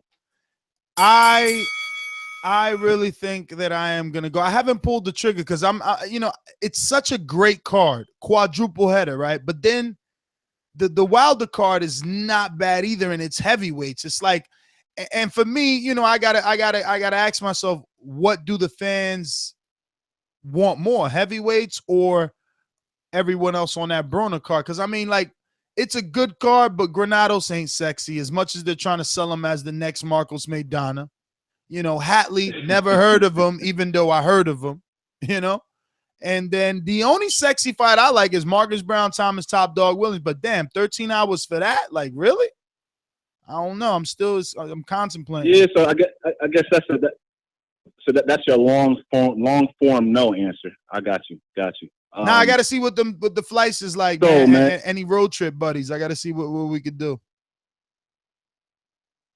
Gotcha. Well, I mean, if you're going, I'll make that drive down from Columbus down there, come kick it with the Boxing Voice. But that Pacquiao Jeff Horn situation, man. When I seen the fucking caption, I didn't believe this shit. I thought it was a fucking joke, man. But when I seen the actual interview or whatnot, man, that just goes to show how embarrassing this fight is, man. I mean, if you literally got a fighter don't know who the other fighter, and it is not on no fake Mayweather, like I never heard of Ronda Rousey type thing. It's a legit, I don't know who the hell this person is. So, I mean, hopefully, again, I'm going to reiterate this message. Hopefully, none of y'all watch it. Who the fuck is that guy? Hopefully, all y'all stream it. Don't give it any views in order to make Bob and give us a better product. That's my call, man. I was just really trying to find out if they're going to get out in Cincinnati, man. But Will, the real question is, are you coming to New York City? Yes. That was my next statement. I'm ordering my ticket tomorrow. I'm going to reserve my ticket tomorrow. So you RSVPing with TBV? You coming out to the appreciation night? Yeah, I got you. I was salty I missed the one in Las Vegas. The only reason why I didn't come, because I really didn't have nobody to come with. But looking at the video, I could have came by myself for real and had a good time. So this time I'm going to just, none of my fellows is coming. I'm going to just come out there dolo. Absolutely, bro. I mean, look at Santiago came absolutely alone. So let me tell you, Santiago probably thought to himself, I'm not going to like any of these guys, because he came with a PS3 or a PS4 ready to go. He was like, man, if I don't like these guys, I'm going to just sit here and play video games all night. But he brought his fights and everything. And look, he ended up being best friends with Matt. They watch fights every weekend with Info Joe and JP from Long Beach. Now, you could definitely come yourself and leave with a brother for sure. But listen, Jay Will, let me get to some other callers. Don't forget to RSVP. Head on over to the website, the www.boxingvoice.com/reunion. Check out those videos, man. See how we get down. And remember, you've been a long-time caller. That would make you a candidate for at least an award, and that's why we need RSVPs. We need to know who's coming, so we need to know who deserves what. We don't want to just randomly give people things. That's not how we work around here. You got to earn it. But speaking of earning, you got guys like that they've earned this. I told y'all a long time ago, the Kirkland will go down 3 rounds. Right hand, down goes Kirkland. Strap me up. Who's next? I got milk, baby. Yeah. The middleman is back. I'm fighting a little bit of a cold right now, but I had to get my call in. Couple things. One, about the press conference, man. I actually dug the press conference, but I do agree with the homie Matt. Angel dropping N-bombs and faggot bombs, that ain't necessary, man. We've seen some of the most controversial press conferences, between guys like Mayweather, Zab, guys from the hood, man, and they ain't dropping N-bombs. Faggot is and faggot that. So I think Angel just need to tone it down just a little bit. Floyd Mayweather called his dad a faggot. Huh? You don't remember that? What's that? when Floyd Mayweather called his own father a faggot. At a press conference? No, but it was on TV camera and seen by probably more people than that press conference. Yeah. Seen by way more people, That actually. shit don't count, man. That shit was in the heat of a real argument. I'm talking about like some guys sitting down across from each other trying to promote a fight. You know, all kind of shit gets said when you banging on somebody in real life. But with that being said, also, y'all talking about monopolizing boxing. I would like to see somebody do this just to see, man. Do y'all remember when the fucking Ness, I know you don't remember, but fucking Vince McMahon, he started his own NFL franchise. It's called XFL. Yes, I seen it.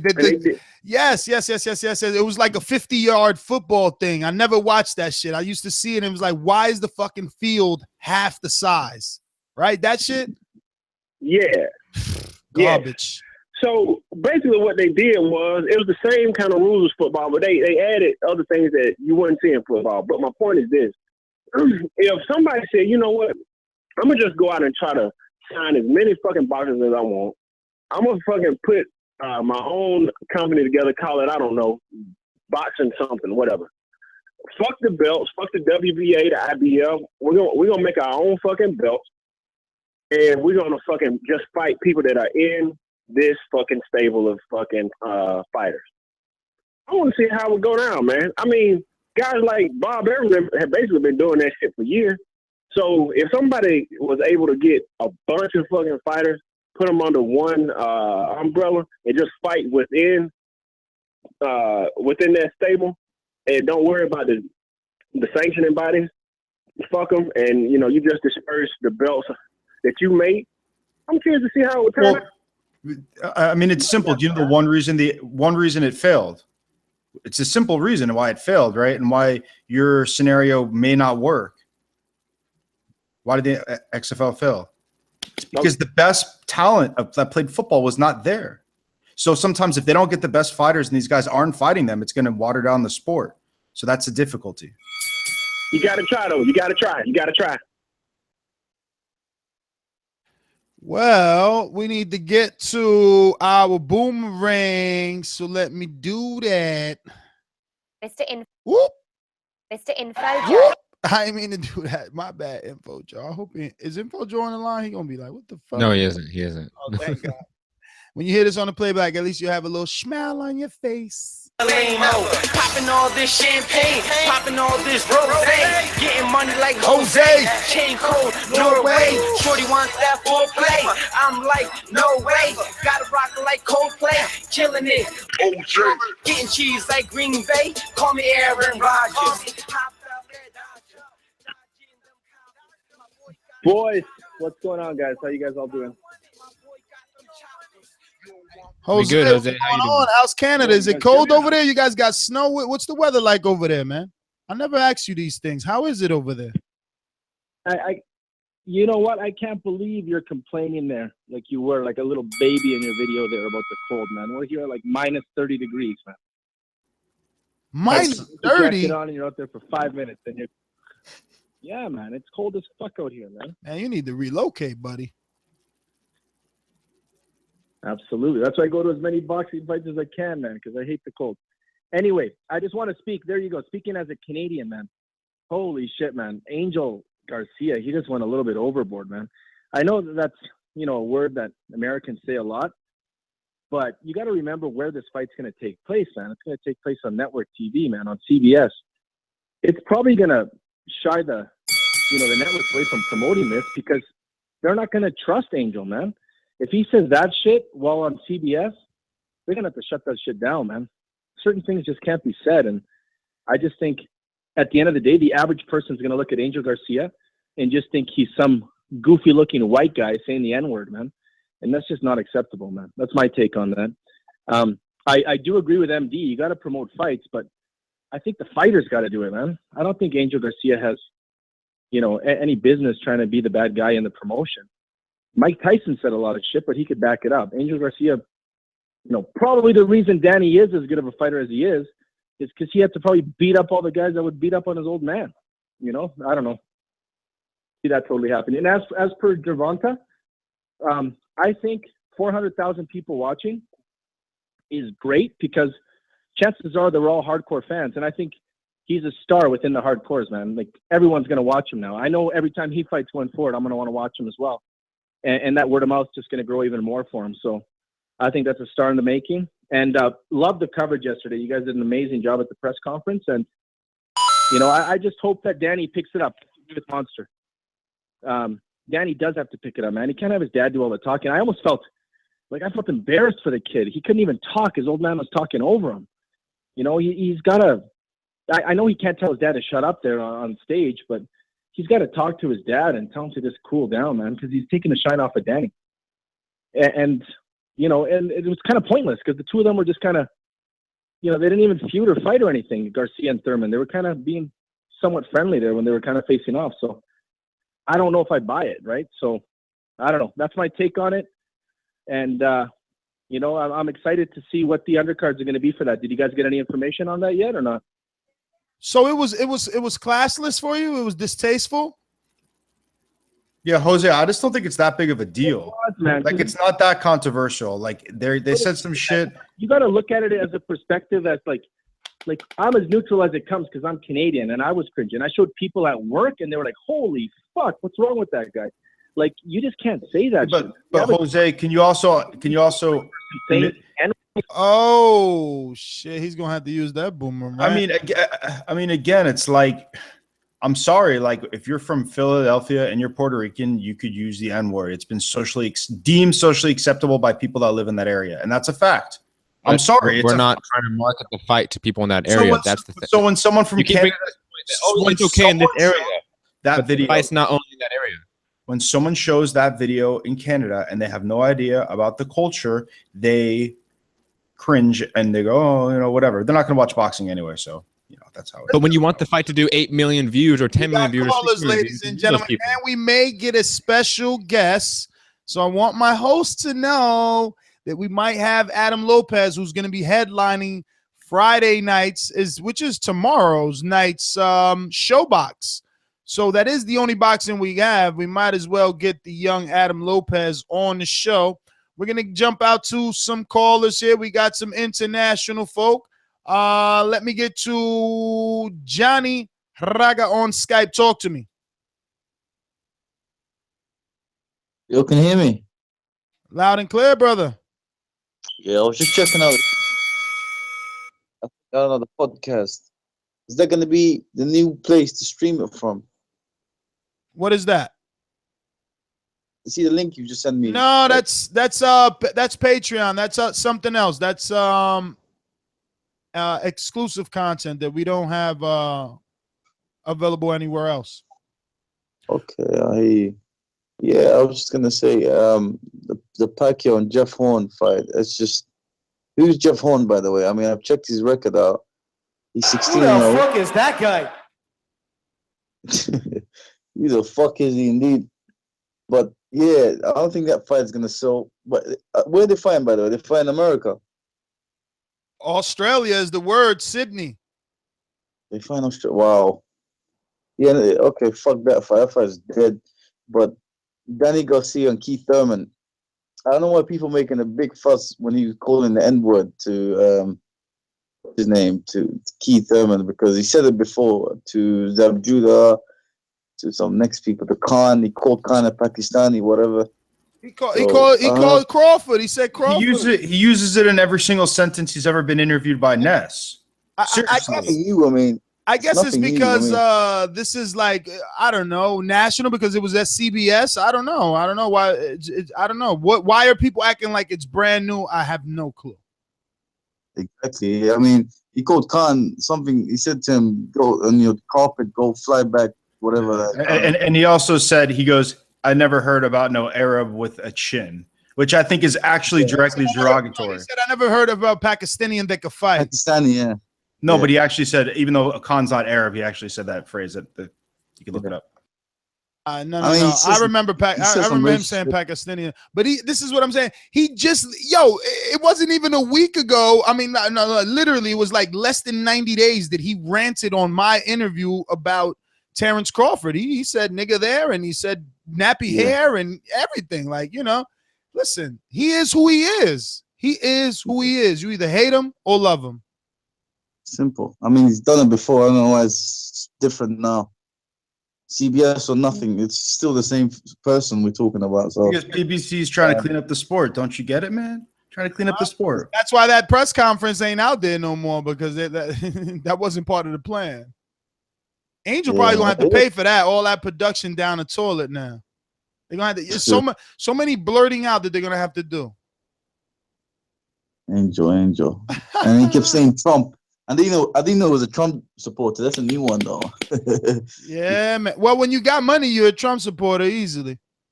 Yeah, I hear you. But anyway, keep up the show. I saw your press conference, the one you did on that fight, Keith Thurman, and why don't you do something like, I don't know how to call it, like a pay type of thing, we can all kind of tune in like that. A pay? I don't know. Text me. I have no clue what you mean. What do you mean? No, I'm not too. I'm not familiar with podcasts and that, but I'm sure there's something that we can contribute financially to. Take a look at that link, brother. That link is the answer to your question right there. Believe me, you're gonna not only see a way to support the show, but also a way to receive rewards and benefits. I mean, if you've been hearing the term boomerang or ringer, those are some of the perks that are attached to that link. Speaking of, I mean, look, we got right here our pound for pounder, KVT. Talk to us. Hey, Ness, how you doing, man? How you doing, boys? What's up? Yeah, man, good show so far. That was a good interview with Francisco, and thumbs up to Monsterpiece for the translation. It's good to, hear these guys speak, when they don't know how to speak English, so it's good to get their take on things. So this Jeff Horn thing, yeah, so Manny Pacquiao saying that he doesn't know him, doesn't know his style. I don't know, to me, just, it might sound biased from where I'm sitting because I'm from Australia, but, you don't underestimate any fighter, and you look into their styles, and, obviously he's going to get tapes on him, but what he's saying now is, it's sort of, hopefully it doesn't shoot him in the foot. I'm going to be biased and obviously go with Jeff Horn on that one. I'm probably the only guy in the world that's probably going to do that, and his trainer. As for Danny Garcia, I watched that press conference yesterday, man. Far out. Angel Garcia I think he crossed the line, there's losing your shit, and then there's like at a press conference at the other guy for legit reasons. When I say legit reasons, I mean like when it's got to do with the fight. But he had to just go into that racial shit, and I know that's what he's like. But on a big stage like that, in front of like potentially, millions of people, you just, sometimes you just gotta censor that. But yeah, other than that, I just think he can give it, but he can't take it. And what he was saying about Garcia being, he became the champion, and that Thurman was made the champion, that to me was shots fired. Thurman came back with it, and then he had to resort to that in the end, and it was just childish to me anyway. But that being said, I'm still going for Garcia. That's my call. All right, KVT, thanks for calling in. I mean, everyone's a little mixed on this one, MD. I guess they don't, Well, what's not mixed is the thumbs up that everybody should be hitting. That should be universal. And what's not mixed is the overall opinion of Jeff Horn. Outside of our Australian callers, Alex and KVT, everyone else is basically like, who the fuck is that guy? Let's get Pacquiao's like 12-1 over here. We got Rod from Texas with Adam Lopez. Yo, that's sad, yo. That's sad. If Pacquiao's only 12-1, that's sad because Canelo was 12-1 over Chavez. Let's get to Rod. Where is he? You guys see him? There he goes. Rod, Do you have the young Adam So- Lopez on? Yeah, yes, I do. Young Adam Montequilla Lopez. He's calling in from Atlantic City. He'll be fighting at Bally's on the Showtime main event. Undefeated versus undefeated. Yo, Adam, you still there? Yeah, what's up? Adam, what's going on, brother? Wait, Ness. What's up, Ness? What's going on? You coming out here or what?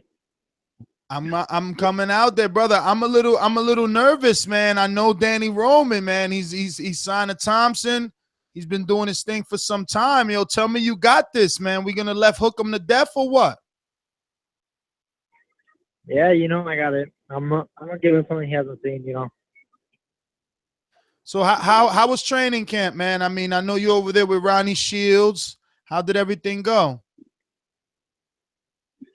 You know, training's good. You know, I've been sparring. I got really good sparring. You know, I was sparring Jaron Cochran. He's 11-1. He was signed with Roy Jones, and he's still with them. You know, he's giving me you know, good work. And you know, me and Ronnie were working on some things. You know, making it easier. You know, just looking at what this guy does. You know, he's a body puncher, so you know that's his bread and butter. That's all he's really got. I think, you know, he's a good fighter, really good fighter, probably the best guy that I'm gonna fight right now. But you know, I think I got it. Now, Adam, you know, you kind of on a little fast track, you know. I believe, you know, you're moving pretty fast in the rankings. You're about 48, but in the division that you're in, it's pretty easy for you to end up in a big fight, man. How do you stay focused on Friday night and not think of the future? Because there are a lot of, you know, sexy names in your division: Jesse Magdaleno, Guillermo Rigondeaux, you know, Nonito Donaire. Even Jonathan Guzman that just lost in Japan not too long ago. Moses Flores, he's going to be fighting Rigondeaux. Like, that's a little interesting division. Yeah, you know, but you know, I'm ready for it. You know, I'm ready for those names. I'm ready for those opportunities. You know, I think I learned the last time with Jonathan Guzman about you know, not getting ahead of myself. And you know, I got ahead of myself on the Reynoso fight. I should have been thinking about him more than Guzman, but you know, I'm still coming up, and you know, I still is going through some things, you know, in the learning process. But you know, I think I've been through that, and I'm gonna get over that hump. So, Adam, this is the co-host BoxingMD. This is your second time fighting in Atlantic City. How do you like fighting there? Because it still is a fight town, but it's not the same fight town it used to be. But there, you know, like Kovalev, Bernard Hopkins was there. So do you get a feel that it's a fight town or just another East Coast fight? Yeah, you know, I don't know. I like fighting on the East Coast. You know, all my fights, all my big fights, they're on the East Coast. I'm gonna try to be the king of the East Coast, but from Texas, you know. But I mean, I like the atmosphere of you know, Atlantic City. You know, it's kind of a gritty little fight town, and you know, I really like fighting on the East Coast.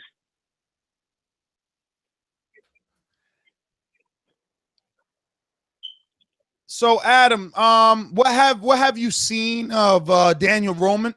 Any sparring? And how long have you been in camp for this fight with Ronnie? You know? Well, I mean, I was in camp for the November fight, the one in Philly in October. So, I mean, I really didn't take a break after the October fight. I went straight back to camp. And even when I was at home for a little bit, for like maybe 2 weeks, I was still sparring and still working out. You know, I sparred the Olympian, Luis Hernandez. I sparred him. I sparred a couple other guys in San Antonio. And then when I came back,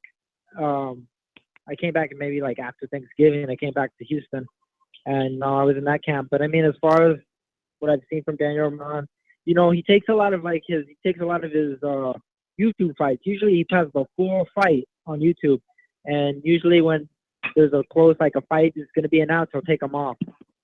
He's done that a couple of times, And so, I was like, you know what, I'm gonna get ahead of myself. I know this fight's gonna be made in the future, and I downloaded those fights off YouTube, so I had them already. And then I seen his last fight. He fought a week after me, and in one of his fights, he fought Errol Ruiz. He looked spectacular. This guy's, head movement. He's boxing. He's looking good. But I mean, Eric Ruiz is a good fighter, but I mean, he doesn't have the head movement. He's kind of limited. And then when he fought this other dude, he just fought 12-0. He looked good, but he didn't look like phenomenal like he did against Ruiz. And when I was watching that video, I saw a couple things I could use to my advantage. He's aggressive, but I think I can use that against him. He goes to the body a lot. His body's his bread and butter. So watching that, me and Ronnie were working on a lot of combinations to counter his body attacks. Get him to be scared to throw the jab and to throw those body punches. Yeah, and one thing that I do want to kind of remind the listeners or anybody who hasn't really been following as closely as I have is that this fight has been elevated to a title eliminator. So whoever gets this fight gets the shot. I don't remember the guy's name exactly. Adam, what's his name? I don't know how to pronounce his first name. Neomar Shermano. So he's the WBA super bantamweight champion right now. Regular, not the super champion, which the WBA has. But he's from Panama. He's 37. He's like 25 wins, 5 losses, and I don't know how many knockouts. He's just beaten this guy. Oh, China. Yeah. Sermano or something like that? Yeah, Sermano. Yeah, you know who I'm talking about. Yeah, he's and he's a champion right now. But I mean, he's on the later side of his career. 37 years old, is getting up there. He was an Olympian for Panama, I think, and but is that what you want though? Is that what you want? Because I understand that.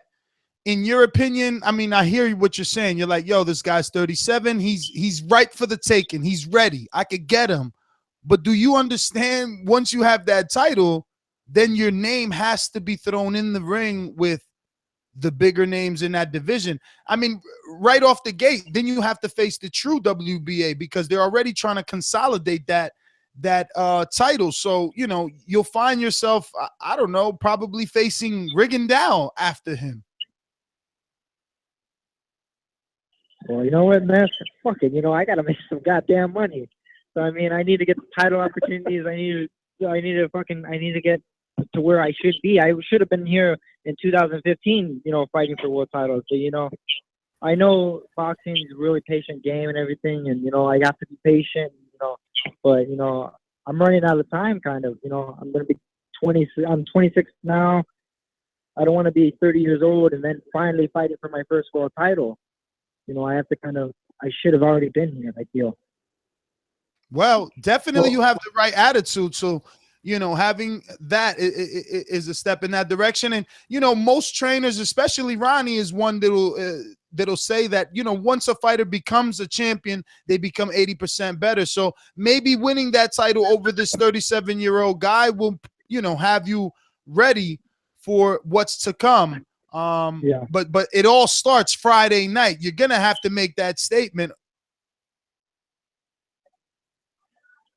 Yeah, no, I mean, I have to, everything, I can look forward to fighting a WBA world champion, but, at the end of the day, Daniel's the only one in front of me, and, that's what I have to worry about and I have to focus on is Daniel. Because if I don't beat Daniel, there's no world title shot. I have to work my way up again and then fight another title eliminator in a couple of fights. Vito has been working hard to get me these opportunities, and he's doing a phenomenal job. And he's getting me these opportunities to fight, and I just have to make it. I have to just run with it. Just go all the way and get to that title fight. So speaking of fuck it, right? I know you've been busy preparing for this fight, but have you had a chance to see the Keith Thurman, Danny Garcia press conference? And if you have, what are your feelings about that, being good or bad for the sport? I love Angel Garcia, like the way he acts and he talks. But I don't know, just that one instant, I was like, dude, he was just kind of going a little bit too far. Like, Keith Thurman isn't, I don't know, he talks a lot of crap. Like, I don't know, he doesn't even really talk a lot of crap. The way he talks is just like, it's funny, it's entertaining because there's just the stuff that he doesn't say comes out right. And he wasn't being a dick. He wasn't being like overly cocky. I don't know what he said previously to when Angel went on his rant, but you know, I kind of thought he went a little bit overboard. And you know, I was like, damn, dude, why do you have to go say that? Because like I'm the one always talking, everybody talking about, oh, I hate Angel Garcia. I'm the one saying like, darn, he's the truth, man. I love that dude. That dude is entertaining. He's good for boxing, but I thought he went a little bit overboard at the press conference today. So in other words, you're saying like you go too far that it's undefendable, right? Is that kind of your stance, right? It's like I love him. I love what he's doing for the sport of boxing. You just can't defend him. Is that what you're saying? Yeah. Like I love what he does for the boxing, and like the way the stuff that he says at the press conferences. Funny as shit. Like when he's just like, he don't know boxing, you don't know boxing, I know everything. Like that's just, it's funny. But I think at the press conference today, he kind of just went a little bit overboard. He was, you know, dropping too many N-bombs, and you know, he was just kind of like, yo, that's kind of, you know, getting out of control. So you know, I still defend him. If somebody comes up to me and says, good boy. Yeah, like that. Like when he does shit like that, it's funny. The interviews, I watch his interviews just to laugh, but I mean, it's kind of hard to defend that. Yeah, but at the end of the day, like I said, like I hear you saying, I think someone like Keith Thurman, honestly, they know what he brings as far as the entertainment value and the promotional value. So I kind of like having characters. So, you know, I think that's my stance. I mean, I like it too. I like it, but it's kind of like, damn, dude, like he kind of went a little bit overboard. I hear you. This city right here, San Diego,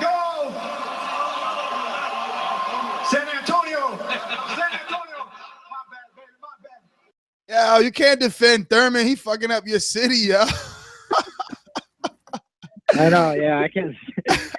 San Diego. No, listen, yo, Adam, listen, you under the gun, man. TBV listeners are listening. I want everyone to know that I personally, I practically begged Adam to come to the party in Vegas, okay? And I told him it was going to be everything and then some, and it was. Wilder came, Quillen came, Caleb Plant came, and no Adam Lopez. You coming out to the Danny Garcia, Keith Thurman fight or what? Nah, I'm gonna go on vacation, man. Oh my God, dude! After this fight, you fight Friday. Yo, bro. I mean, so you going on vacation for 2 months? You going on vacation for 2 months, baller? You talking about you need money? You about to go ball out for 2 months because the fight is in March and your fight is Friday.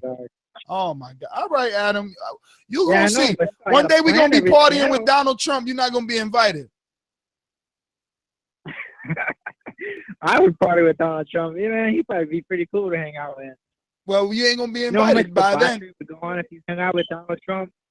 You know how much crazy shit would go on if you hung out with Donald Trump? You'd be like some unspeakable acts. Yeah, like golden shower. And listen, Adam, you have a chance because he watches boxing, right? So hopefully, if your career happens how it wants to happen, right? Donald Trump, who's had fights at his casinos in Atlantic City, right? You have a chance. You could one day party with the president. Yo, Adam, I'm coming out there too. I've been talking to Derek James, man. I'm trying to get in that Errol Spence camp. So the minute I get the okay, I'm gonna come check you too. I'm gonna have Rod take me around. Me and Errol were super cool, man. Yeah, man. Texas wants you to come down here, man. Yeah, I don't know if I'm gonna stop and see you though. You haven't been to one of our parties, man. I don't know. Listen, Adam, give your social media. Give your social media to all our listeners because we got to get out of here. We got a couple of callers we got to get to. We want to thank you, obviously, and wish you the best of luck tomorrow night, man. Make sure you kill him. Thank you. Thank you. Yeah, my social media is, Adam Juan Lopez on Instagram, Twitter, Facebook, Snapchat. Just hit me up. All right, Rod. Thank you as always, my friend. Let's get to who's next, guys. I think it's Stainless. Talk to me. Yo, the Boxing Voice, what's up? Another day, another podcast, brother. What's going on? Man, another day, another podcast, another thumbs up, and share what you're talking about. I really just called in to ask about tickets for the Thurman Garcia. Is it a good idea to wait a little while? This would be my first. Well, I'm glad that you asked. Attending. I'm glad that you asked, Stainless, because unlike other venues in boxing or other promoters, this fight is actually priced right. 80% of the tickets that are on sale for the Barclays Center are priced from $49 to $150. So 80% of the venue is that cheap. Now, obviously, floor seats, ringside are $750. So even that is super cheap. Remember, but who the hell's paying to get on a goddamn floor? That's like for, celebs and stuff. But yeah, so it's priced pretty cheap, man. All right, because I'm like I said, I'm planning it out, man. I don't want to say like I'm like the Thurman Garcia fighter and shit to me, but I'm more excited about the TBV party than I am the fight. Man, to be real honest, man. That's how I feel, brother. Videos from the. I haven't even released. It just looked like everybody was already family and friends. I haven't even released the Las Vegas extended one because I haven't. Steven's been so busy. We need a little description and stuff before. And I don't know. We have but everyone on Patreon has seen it because it's been out on Patreon forever. But Joey Cuevas is saying he's sitting in section 8, row 1 is $500. Actually, he's not sitting. He's just looking because he's not even coming. But yeah, there you go. $500 for section 8, row 1. Yeah, I was looking at the seats and tickets. I wouldn't get no $500 seats, man. Any other podcast. Listen, Stainless. Let me just say this as well. I value your opinion. So. Let me just tell you this as well. And so when you pull the trigger, like I've sat in the hundreds. Anything in the 100 section is good. Anything. 200, I'm not feeling 200 at all. There is like a 200 40 section. It's cool because it comes with monitors and you got like your own booth. But I would do the 100 sections anywhere around there. You should be good, especially if they're priced at that price. All right. Just one other thing, man. The Angel Garcia thing, man. I think he might have just went a little too far. I mean, you talking post 2016.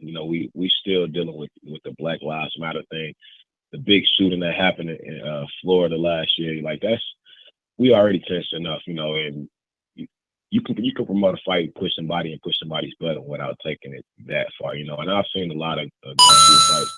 It was actually Angel Garcia who got me into Danny Garcia in the first place, with all the shit talking between him and Amir Khan father, you know what I'm saying? So I appreciate that. It is good for boxing, but you know what I'm saying, too much of anything can be bad, you know what I mean? So, as a grown man, sometimes you gotta, and as a professional, sometimes you just gotta reel yourself in. I already heard my 10-second mark, and I know that bill passed, so let me get this in. Please make sure you like and share this and every episode of the Boxing Voice podcast. I'll talk to y'all soon, man, and I'll be seeing y'all in March. All right, Stainless. I can't believe it. This appreciation night is going to be so dope. Steven, what is the word? Have you gotten the okay, man? Planning season has begun. Me and Enrique have been emailing each other venues. I mean, I feel like showing you guys one. I'm going to show you one option. This is why I love New York City. Listen, doing this in Las Vegas was extremely difficult. Extremely. Even New York City, obviously, that is an entirely different state from where I live at. But it's not that far, right? So it's a little easier to try and put something together. But take a look at option so far numero. Oh man, how do I do that? Can't do it like this. Yo, to answer what you said, Ness, I am actually going, man. I did some extra work, put some extra work in at the day job over the weekend, so I for sure am gonna have the ability to get the time off for March 4th and talk to the little lady, and she cannot wait to get out there. So looks like East. Check What's it out. that? Isn't there a show Eastward Bound? That's me, man. Look at this. Matt, you don't want to miss that. The good doctor already said, now this is grown and sexy. It looked like we could smoke some cigars in there. You know what I'm saying? A little hookah. I don't do none of that shit, right? I don't smoke cigars or hookah. I'm too down for some cigars, some whiskey. Let's go, Steven. Let's cubes. go. Let's get those fat square ice cubes. I got a tray. Option number one. This is only option number one. Listen, if you're listening to this on iTunes, TuneIn, or Stitcher, remember to drop that 5-star review and then head on over to YouTube. Check out these pictures of one of the potential locations for the TBV appreciation night. There is another one that is even sexier because we're going with a stage theme this time. You know, we kind of want to have you guys come and receive your awards on stage. It's gonna be bigger this time for sure. You know, we're gonna invite people and award people that you're not even expecting, you know, other reporters. You know, I think that it is time that we acknowledge other people's accomplishments outside of just fighters and trainers.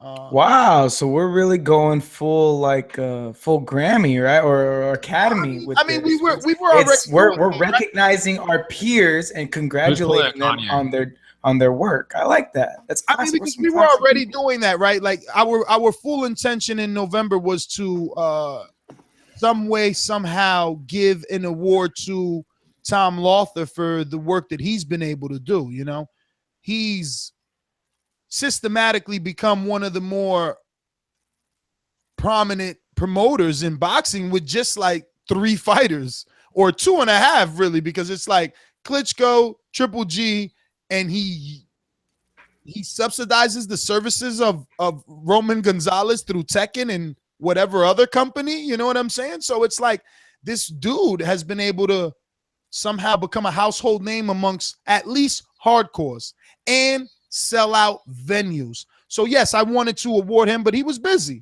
You know what I'm saying? And the show must go on. TBV has to move on. So I don't know. Well, we know that eventually one day everyone's going to be carving the time out of their schedules for absolutely, this. Absolutely. Eventually we'll take over the BWAs. You heard it here. Remember, what's today's date? Yeah, the 19th of January. Yeah, today's the 19th. Yeah. It just will. I mean, because like who's voting over there anyway, right? Anyway, let's get to some callers. Larry, San Francisco. It just keeps sounding better and better, man. I'm still praying for you, man. Maybe we're gonna see you in NYC. Man, that would be dope. We got my sister-in-law and niece and nephew live in New Jersey, so we're keeping that in prayer and kicking it around too. But you never know. Hopefully one day. Damn, New Jersey. But that's big up to the Boxing Voice. Yeah, it's because they moved there from Phoenix late last year, so they ain't been there that long. We love to go see them. We miss them already.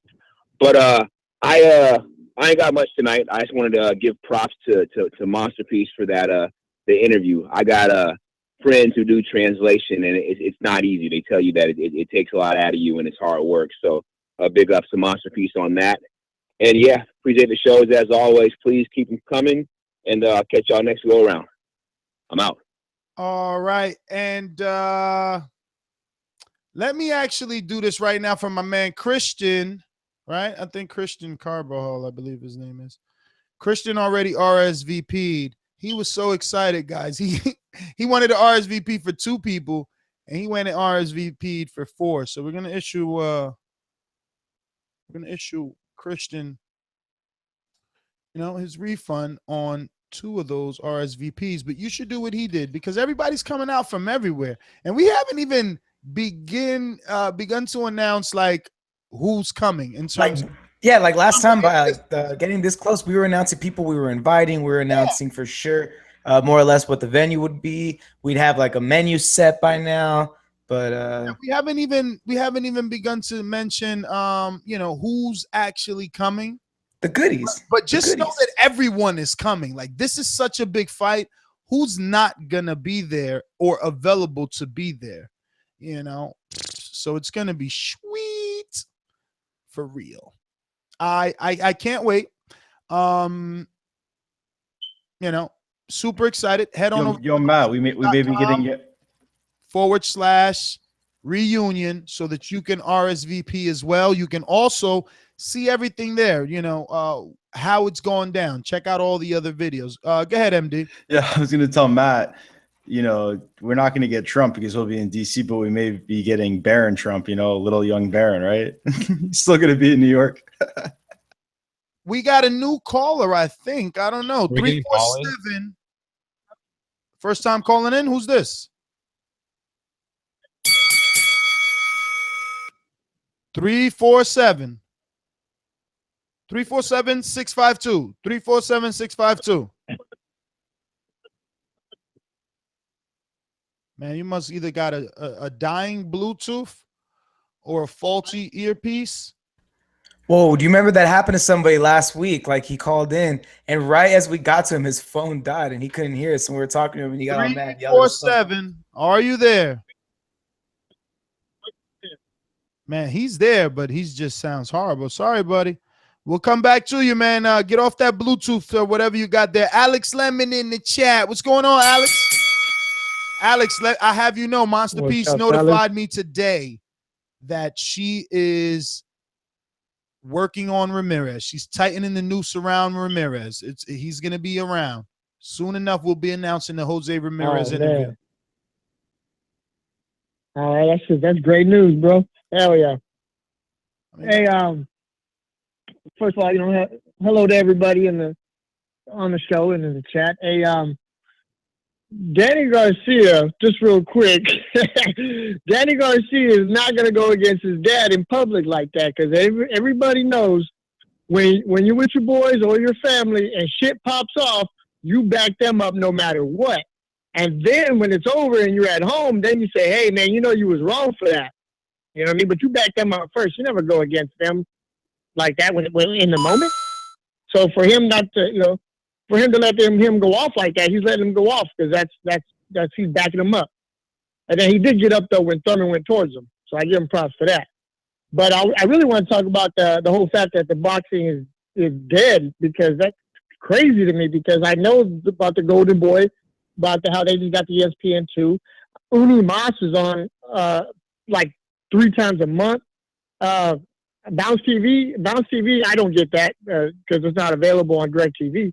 But you can go to bouncetv.com and watch that. You could go Estrella.com and watch free boxing there. You were talking about the 400,000 that DeGale and Badou Jack got.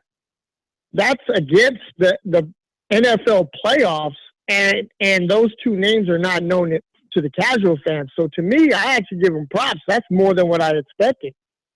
I think boxing is going fucking skyrocketing right now with all the fights. Frampton Cruz, DLG Thurman, Canelo Chavez. I think it's skyrocketing, man. And then with you guys, with TDV supplying all this content, man, I can't even. I'm a boxing fanatic, and I'm having trouble trying to keep up. So I want to give you guys props. I want to give boxing props. I'm loving it. Well, definitely you get a thank you from me, my friend. I appreciate that you appreciate what we're doing around here for sure. Oh, yeah. So, Alex, let me get to some other people, but thank you for calling in as always. And without a doubt, we will continue to let you know updates on that Jose Ramirez interview. But those are just some of the perks that, Patreon family gets. When they request certain things, we do our best to try and get them done. I know, Larry. I know. I could sense Larry just looking at me, breathing down my neck right now. He's like, oh, well, Ness, you never did do that Lomachenko Orlando Salido show. And I know, Larry, I know you don't talk like that. but you know, it just wasn't enough people, was it? It was just Larry and like one other guy wanted to, you know, hear about Lomachenko not fighting Salido. Hurricane Ray, what's up? Yo, what's good, Boxing Voice? It's been a minute.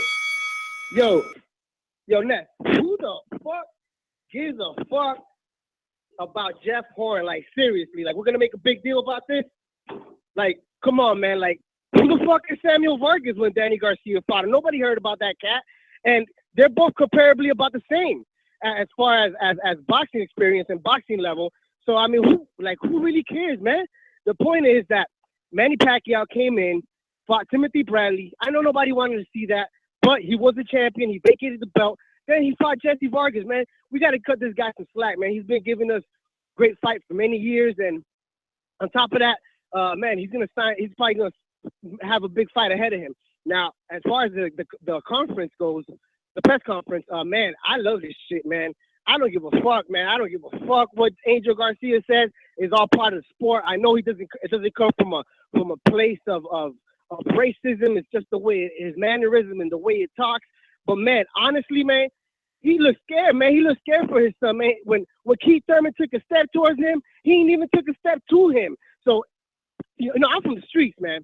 Yo, when you do a lot of barking, it's because you ain't got a lot of bite, my brother. So, yeah, man, that's what I got for right now. But, yo, what's up with the undercard for that fight? What's it gonna look like? Man, I have no clue. I don't even think they've even announced some. We got Lubin's on the undercard. Yeah, Lubin's on the card, but that's like versus who? Jose Cota or something like that, or Cote? Some guy. Something like that. But yeah, Hurricane Ray. That's about all we know about in terms of undercard, man. Yo, is MD still on? Sure is.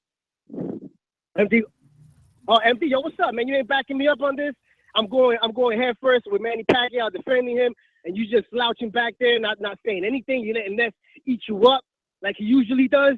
Come on, man. Step up your game, my brother. You know I got your back. You got your boys out here. We repping for you, my brother. Keep doing what you're doing. Keep hating on Ness. And, yo, just TVV all the way, man. Yeah, he's going to say, love you, brother. Keep hating on Ness, Hurricane Ray. Thanks for calling in, man. There you go, MD. You're starting to build the mafia. Ali from Dago. What's happening, man? How's everybody doing? We're good, man. We're good. Yeah, I want to give you props, man, for that behind the scenes thing, man. That shit was entertaining. I like that shit. But I'm gonna say with the Manny Pacquiao situation, like the Bob Arum, I'm begging you, please don't let this fight happen. Even Manny Pacquiao, the guy who's gonna fight him, doesn't even know this dude. You know what I'm saying? I think they should let Jeff Hearn fight guys like a Sammy Vasquez, Felix Diaz, you know, Jesse Vargas even, you know, like he needs to fight guys like that, even a Saddam Ali. Like he does not need to hop right into a Manny Pacquiao fight. And this is actually hurting Manny Pacquiao because if he goes in there and destroys Jeff Hearn, nobody's going to give him props for it. You know what I'm saying? So it's, you know, this fight is fucked either way. You know what I'm saying? And that's basically all I got, Boxing Voice. Keep up the good work. All right, Ali. Yo, I like the Saddam Ali fight idea because he already beat Randall Bailey, a hard puncher. If he were to beat a Saddam Ali, who's known as a really good boxer, that would make his resume seem, well, obviously his resume would look better, and it would also, he would have seen more different types of looks in his pro career. All right, and for everyone asking the question about Jeff Hearn and who is Jeff Hearn? Who the fuck is that guy? We have a really good HBO 24/7 like look at Jeff Hearn. Our Australian correspondent, Mickey Cabarelli, went and visited Jeff Hearn and his team. Definitely head over to the YouTube channel. Check that out. While you're there, share it, thumbs it up. As far as Ali from Dago, when he said he really appreciated that behind-the-scenes footage, he could have been talking of two things. All the behind-the-scenes footage that I get to our Patreon listeners, or a behind-the-scenes Danny Garcia, Keith Thurman press conference look yesterday that we did with really, really good interviews with the head of Showtime Sports and myself. Sat down and spoke about not only this fight, but Anthony Joshua and Wilder, Joseph Parker and Wilder, which is a rumor that I will get confirmation for you in a few days. You know I'm leaving to Alabama for you to get the questions answered that you want. And I'm speaking to my Patreon listeners, obviously. You know, the post is in Patreon. Make sure you put your questions there. We're leaving shortly. Now, also, Ali could have been talking about, like I said, the Keith Thurman, Danny Garcia press conference and all the behind-the-scenes footage. I mean, you got to go there. I did extensive interview with Paulie Malignaggi. He got so passionate in his breakdown of this fight. Listen, what you don't want to do is not watch that video. It's long, but it is entertaining. I mean, we got interviews with the camp. You know, DSG camp being crazy disrespectful. I'm like, yo, take your bias aside. Is there anything that Thurman does good? They're like, yeah, talk shit. That's what Thurman does good, you know? So I got interviews with Dan Birmingham, the trainer of Keith Thurman. You got on camera Dan Birmingham saying, Ness, come back to the camp. You know what I'm saying? So we're going to Florida for you as well. We're going to get you some more behind the scenes. We're going to be in there with MD. I'm going to bring you more MD hitting the heavy bag. Remember that? So we'll be in St. Petersburg, bringing you the behind the scenes look on the champ as well. Last two mentions before I go back out to the phone lines. I just want to congratulate and thank two brand new Patreons. Christian, shout out to you, my friend. And Keith, shout out to you. I don't want to say anyone's last name, but you know who you are. I mean, you just signed up today. And now you are going to see the amount of goodness that you are going to receive. Because, look, I'm telling you, me, MD, and Matt, we're heavy at work today. I haven't actually posted the Gennady Golovkin and Murray review, but it is coming. It is. I also, it's so much that callers don't get mad because this is all good announcements. I also published on Patreon the full extended of last week's Badou Jack. Now remember the one that everyone liked with Badou Jack and James DeGale, all that stuff. Well, I gave you everything, even the bloopers, all the amount of times the freaking Enrique made me do the takes over the full interview of me and James DeGale, because Enrique, you know, when he edited, he didn't give you the full interview. So you can go and see the full interview where we talk about, you know, Floyd Mayweather, talking about James DeGale's sister, who is sexy, by the way. So I understand why Floyd said what he said. I'm just saying, James, I'm just saying. Plus, you get to see James say something about me on camera, you know. Then you get the full John McDonnell interview. Just a lot of full stuff there, you know, a lot of behind the scenes, a lot of stuff that you can see. Oh, you get the full Gravante Davison, and that was long. You know, we didn't use all of it, and you'll see why. You know, you'll see why. I don't know. Someone said that he's shy. Others said that he's punchy. You make up your own conclusion with that interview because it's really up close. It's while he's wrapping his hands. It's definitely good. So again, quick shout out to Christian. Thank you for, you know, wanting to receive extra exclusive content and also supporting and believing in TBV. We hope to see you at the TBV Appreciation Night. Remember, www.ThaBoxingVoice.com/reunion for your tickets. Shout out to Keith again as well for signing up. We're going out to Mr. Yes, Sir. Talk to me.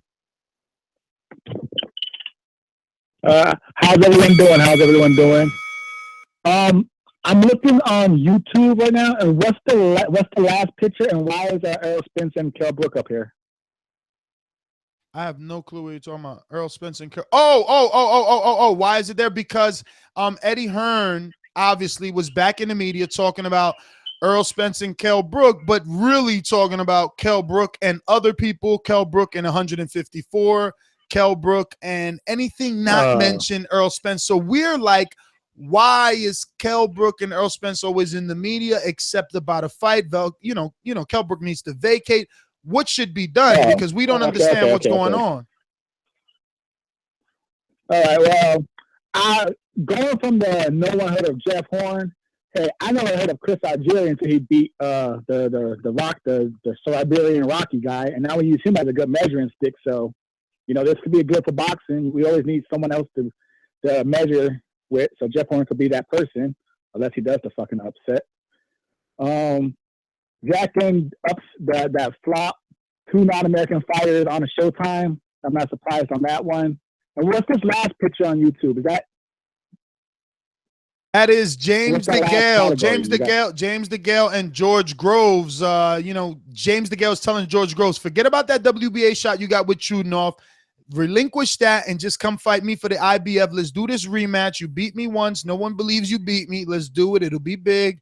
And obviously, he also has the Chris Eubank option as well with the IBO. But DeGale is literally calling Groves out. And then the very last one is Callum Smith. Callum Smith. Who is now the mandatory for the vacated WBC 168-pound title that used to belong to Badou Jack. He just vacated about a day ago. We did a show on that as well. You can check it out on iTunes or obviously here on YouTube. Yeah. All right, that's going to be still a good fight. Excellent fight for the UK fans, but overall boxing, those are good fights. As far as the Angel Garcia, I believe that's only overboard for one reason and one reason only. It's you always say yourself, Thurman and Garcia are basically the faces of PBC right now. One of them, and after this fight, one of them is going to be that guy. So when you see a PBC commercial, most likely you're going to see one of their faces. And I just think if Angel is attached to Danny Garcia, who had a very good shot at winning this fight, it might be bad just to take boxing to that next level. The average casual person might be like, oh, shit, fuck that. That's the only reason I think that's bad. Because we're going to need many more casual fans to get boxing up. Well, Mr. Yes, sir. Thank you for calling in. We're going to go. Where is 714 at, by the way? See, this is why I like you guys to make sure you put the state. We never had Alex. Alex I'm not sure where 714 right? Let's find out. Alex, where you at? Where you at? Northern California? What part? Yeah, Northern California. I'm from Fresno. Fresno. All right. We're going to get that down. I'm sorry, Alex. Fresno. I'm sorry. Mr. Yes, sir. Where are you from? I'm Anaheim, California. California. All right, brother. Well, thank you. We know Marcus is from D.C. We need to know these things. And other callers, they need to know these. They want to hear. They're like, oh, wow, somebody from D.C., someone from Kentucky, Indiana, D.C. Marcus, talk to me, baby. Yo, what's happening, Boxing Voice, man? Great interview as always, y'all. Look, man, listen. The Danny Garcia, Angel Garcia show been what it is. It's going to be what it is until it's over with. The only way to shut that up is to knock Danny out. That's what Thurman got to do to shut Angel up. Then he got to do what he got to do. Man, big shot to Golden Boy, man. We had 42 fights on ESPN. You know what I'm saying? A lot of us, like you said, man, Australia TV and Bounce and all that other stuff, man, started losing where the PBC fights were. But we were missing a lot of good boxing that was supposedly on free TV. You know, everybody on basic cable got ESPN. You plug coax cable in the back of your TV and get ESPN. As far as Jeff Horn, we already listen, man. I'm a big Pacquiao fan, but man, listen. This is Bob's move is this. If he knows he don't get Pacquiao beaten, he can at least try to negotiate a Mayweather fight for a second time. He knows this. Maybe he can get a good fight with Broner, but Broner gotta, they gotta really sit down and figure out what it is. But man, listen, Angel is Angel. It is what it is. Keith Thurman piped down though. He wasn't talking like he was talking when he was out La Course when Garcia was out there before the fight was signed. So fight signed, maybe he chirping down for a reason. And yeah, man, that's pretty much my call, man. Great interview, great everything else, man. Y'all know how y'all do. Thumbs up, everybody on the YouTube, man, and leave that 5-star on that podcast. I'm out. Marcus, man, you're the man. Marcus, man, wait a minute. Marcus, you in D.C. I go to D.C. to and from in one day. When Luis Ortiz had a media workout day, I woke up early and drove to D.C. and then drove right back to New Jersey. That was like 6 hours or 7 hours on the road. I ain't had no problem doing that. You telling me you not driving from D.C. to Keith Thurman and Danny Garcia? I'm going to be there. I ain't never said I wasn't going to be there. I'm there. So I ain't And I don't received even no make the fight, dog. I'm gonna RSVP. make the, I ain't TBV. received no RSVP from I Marcus. did RSVP. I just ain't clicked the link. Oh, I man. RSVP'd. I ain't clicked the link. I'm going link and Patreon Come this on. week. Come on, because Wait, that doesn't make sense. How do you RSVP but not click the link? Don't you gotta click the link to RSVP? Oh yeah. Yo, when we sit down in the lab and Hey, we look, like, if all I right, gotta who's get on going to the be train, if I look- 2017's caller of the year? We can't even say Marcus if you're not there. We could mention you. You could Hey, be check this you could out. be a Look, even if I candidate. You could be honorable mention. I know you could be an honorable mention, but you ain't gonna be able to Even if I receive that gotta- reward.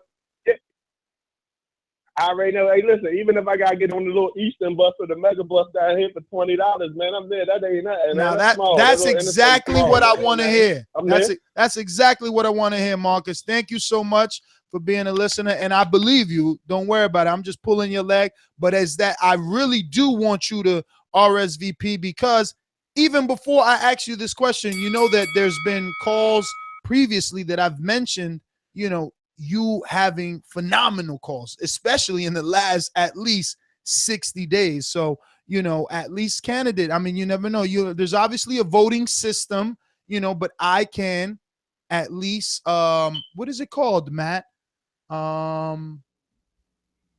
Is it about how do I do What's it? the question?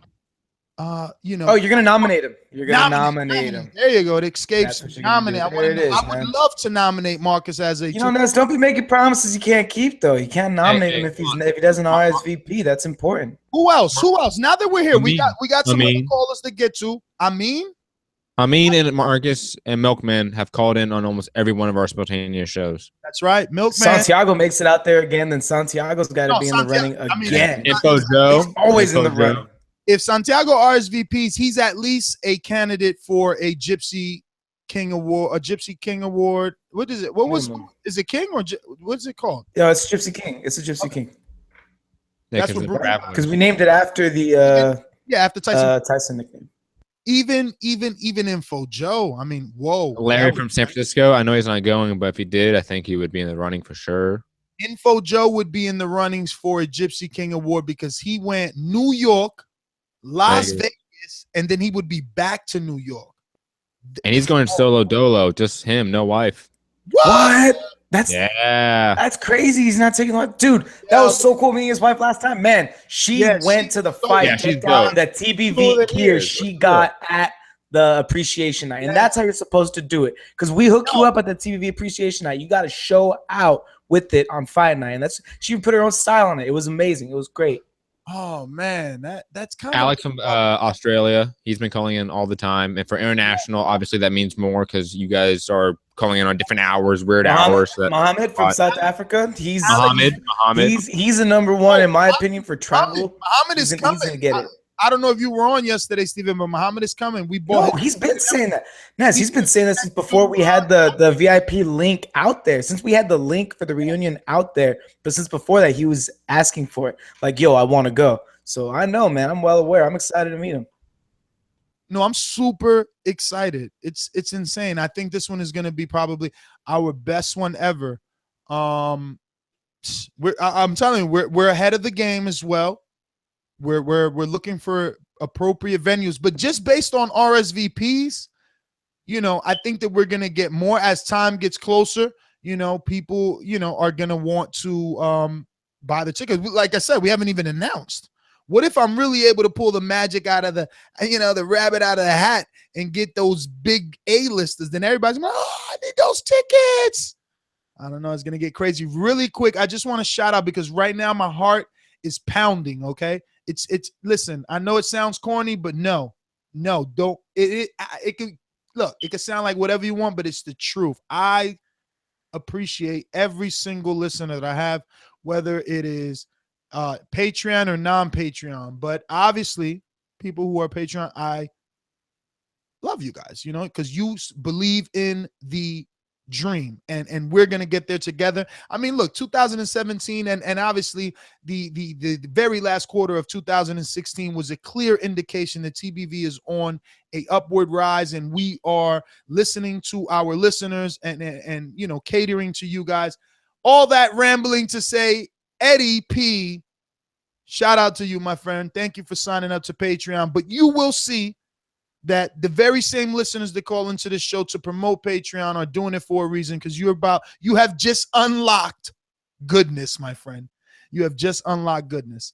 Let me get to 614. You're live on TBV. Who is this? Talk to me. What's up, Boxing Voice? What's going on? What's up? What's up? Who's this? Man, I ain't talked to you. It's Malcolm from Columbus, man. I ain't talked to you in a while, man. I probably ain't got on the phone with you probably since Pacquiao Mayweather, for real. But you know, I listen to a lot of the shows or whatever. I just don't call. I just want to call in, you know, give my opinion on the Thurman Garcia.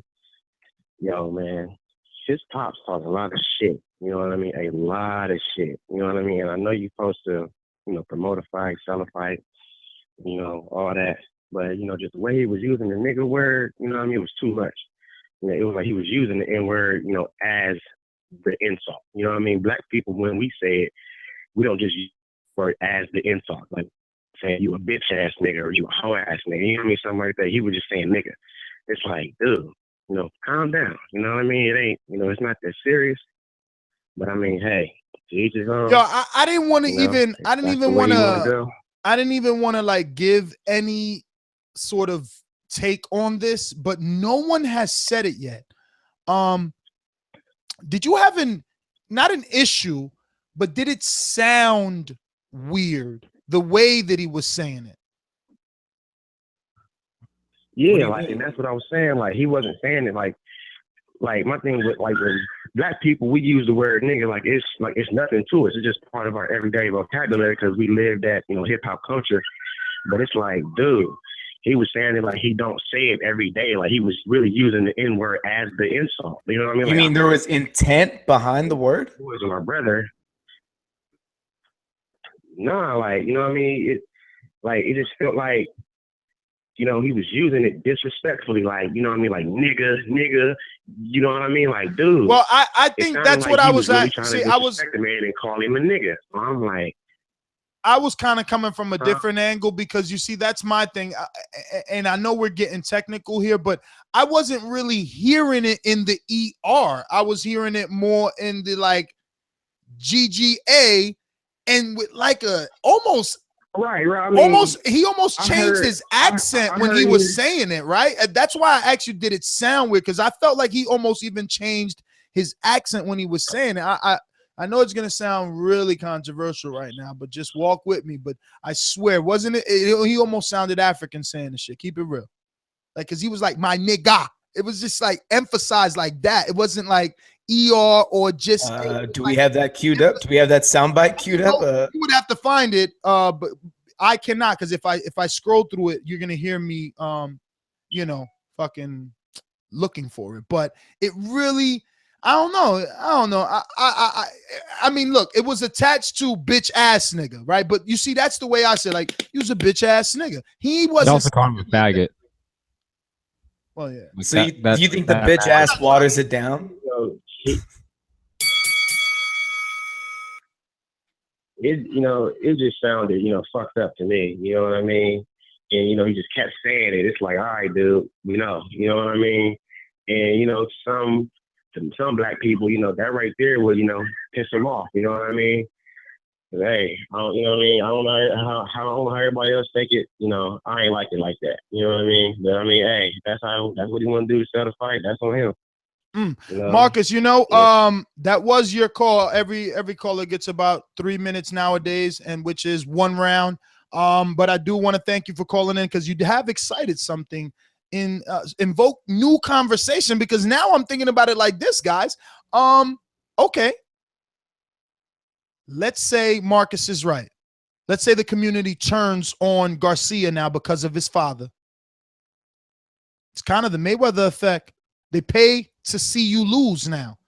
They've always wanted Danny to lose anyway, so this only plays into that. He could be the bad guy easily. They already don't like him because they think he's gotten gift decisions. They think he's vulnerable. They think he's not good enough. If he continues to win, you know, that what if he beats Keith Thurman now with all this, you know, bad publicity that his father's getting him and being the underdog again? If he beats Keith again, then what?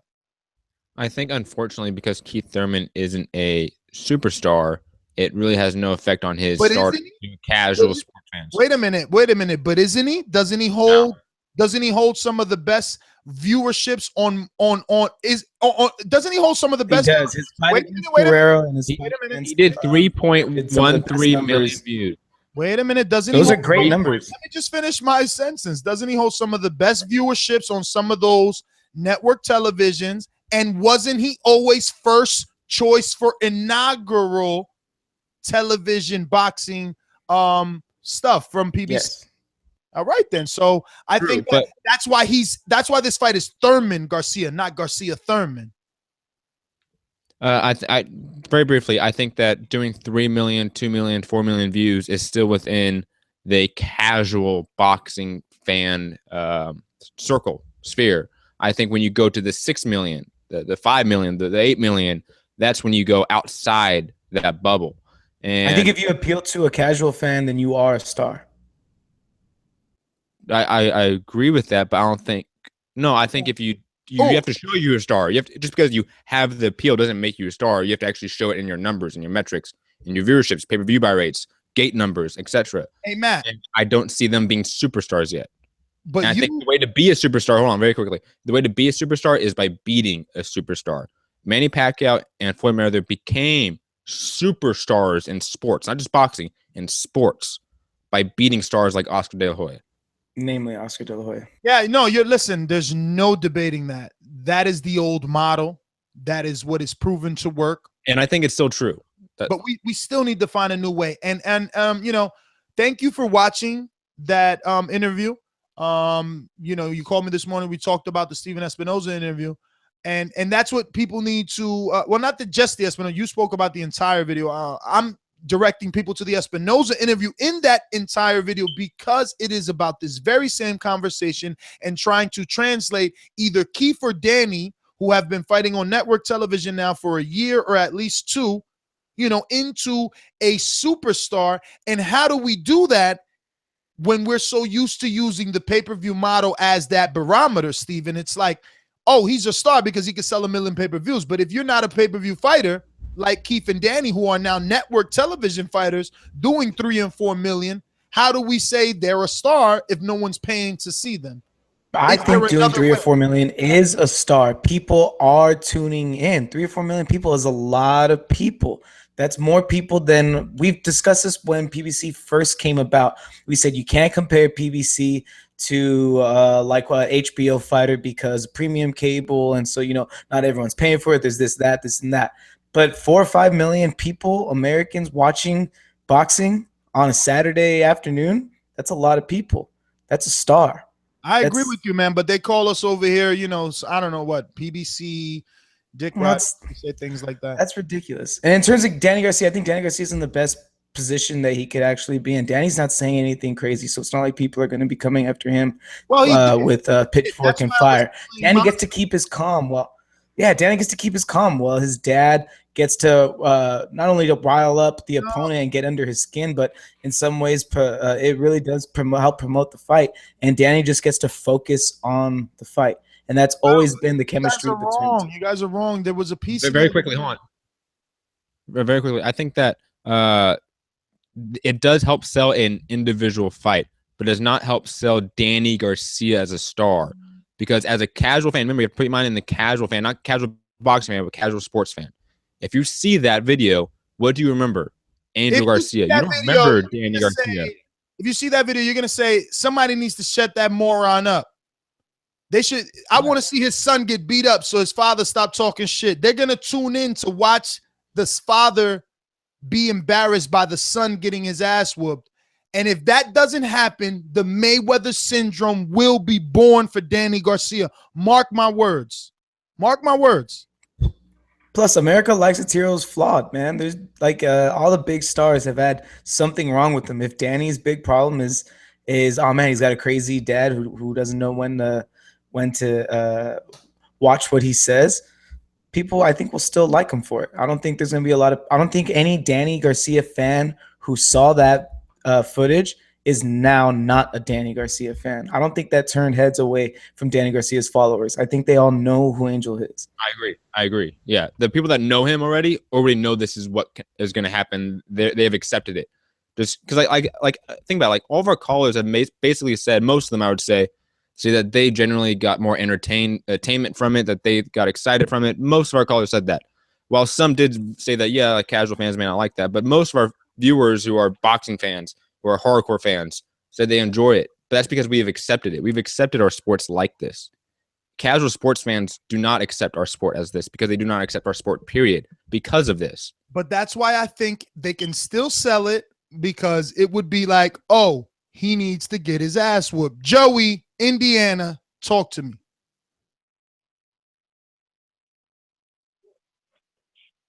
Yo, how's it going, Nes? Good evening, guys. Matt, indeed, what's going on? Nes, what's the, I kind of tuned in a little late. What's the word, can you break down the Spence and Kell Brook? Is Spence based, what's up with that fight? Is that coming up soon? More singing and dancing from Eddie Hearn and Kell Brook. You know, at this point, what I'm calling it is clickbait, right? They're saying, every time someone sits down with Eddie Hearn, they're like, well, what's up with Brook and Spence? And they're like, he's like, well, the Khan fight is 3 times more lucrative and 3 times easier. We're looking at Manny Pacquiao. We're trying to unify. So it's like everything except Errol Spence. So why not just vacate the title and let Errol Spence do what he has to do instead of waiting for the stupid, what is that called? I can't even think right now. What is it called? The purse bid. You know what I'm saying? Look, what, a day ago, Kell Brook is saying, "Oh, I want to keep my title, but my team wants me to move to 154." And it's like, come on, man. You know, say the right things, not the wrong things. Yeah, hey Nes, do you think this? I mean, with Spence, they got to keep him busy. If he can't get that fight, you think it'd be nice if they just go ahead and throw him on the co-main event for the Thurman and Garcia to keep him busy? Or you think he needs to be headlining his own card? Who? Spence? Spence, yes. No. I mean, we had Derek James on the show. They made it clear they're not doing anything. They're waiting for that purse bid. They're not doing anything. Okay. Next, I got a question for you, and I guess this could linger off with you can maybe fetch this, ask the callers that call in. Do you think after Angel's rant yesterday that that Lou DiBella and PBC is going to look into maybe fining him or having to sit down with him, or Showtime's going to maybe fine him for the comments? Because, bro, it's starting to get big where people are really starting to, be offended by that. So I wonder if PBC will come out and make a statement, or Showtime will come out and make a statement and fine him. Do you think that's possible, or you think he's just going to get a slap on the wrist? I don't know, Joey. A fine would be from a league, but I'm definitely sure Al gave him a call, man. Because, and I'm going to put you on hold. We're going to get to, some other callers. Listen, there's no way I'm going to believe that didn't cause more work. I'm sorry. I know that a lot of people from Danny's camp listen to the show, and I know Angel fucks with me, but it has to have cost money in terms of editing. There's just far too many curses. And I don't even know that they're going to try to, do you really try to salvage that, or do you just let it rock out as raw as possible? Because, every other reporter published it already. It's out. I think you just rock it out and you just wait for it to kind of blow over. Most of the time, why hasn't Showtime or PBC published theirs then? Because they're letting it try to die away from attention. In a week's time, we're not going to be talking about this. That's just the fact of our news media cycle. We're not going to be talking about this in a week. So they're hoping that because it's not on their platform and that we won't be talking about it in a week and other boxing media platforms won't be talking about it in a week, that casual fans won't hear about it, that casual sports fans will not hear about it. And that's what they're hoping for. Really quick, shout out to Mr. Yes Sir, who just pulled the trigger. He became part of the family. You see that? Patreon family, ladies and gentlemen. He's going to get that goodness, man, because we're doing hella work, man. I'm not going to go to sleep. I'm going to make sure I publish that. If I don't, it'll be at least in the morning, I do work for you guys, but I do need to sleep.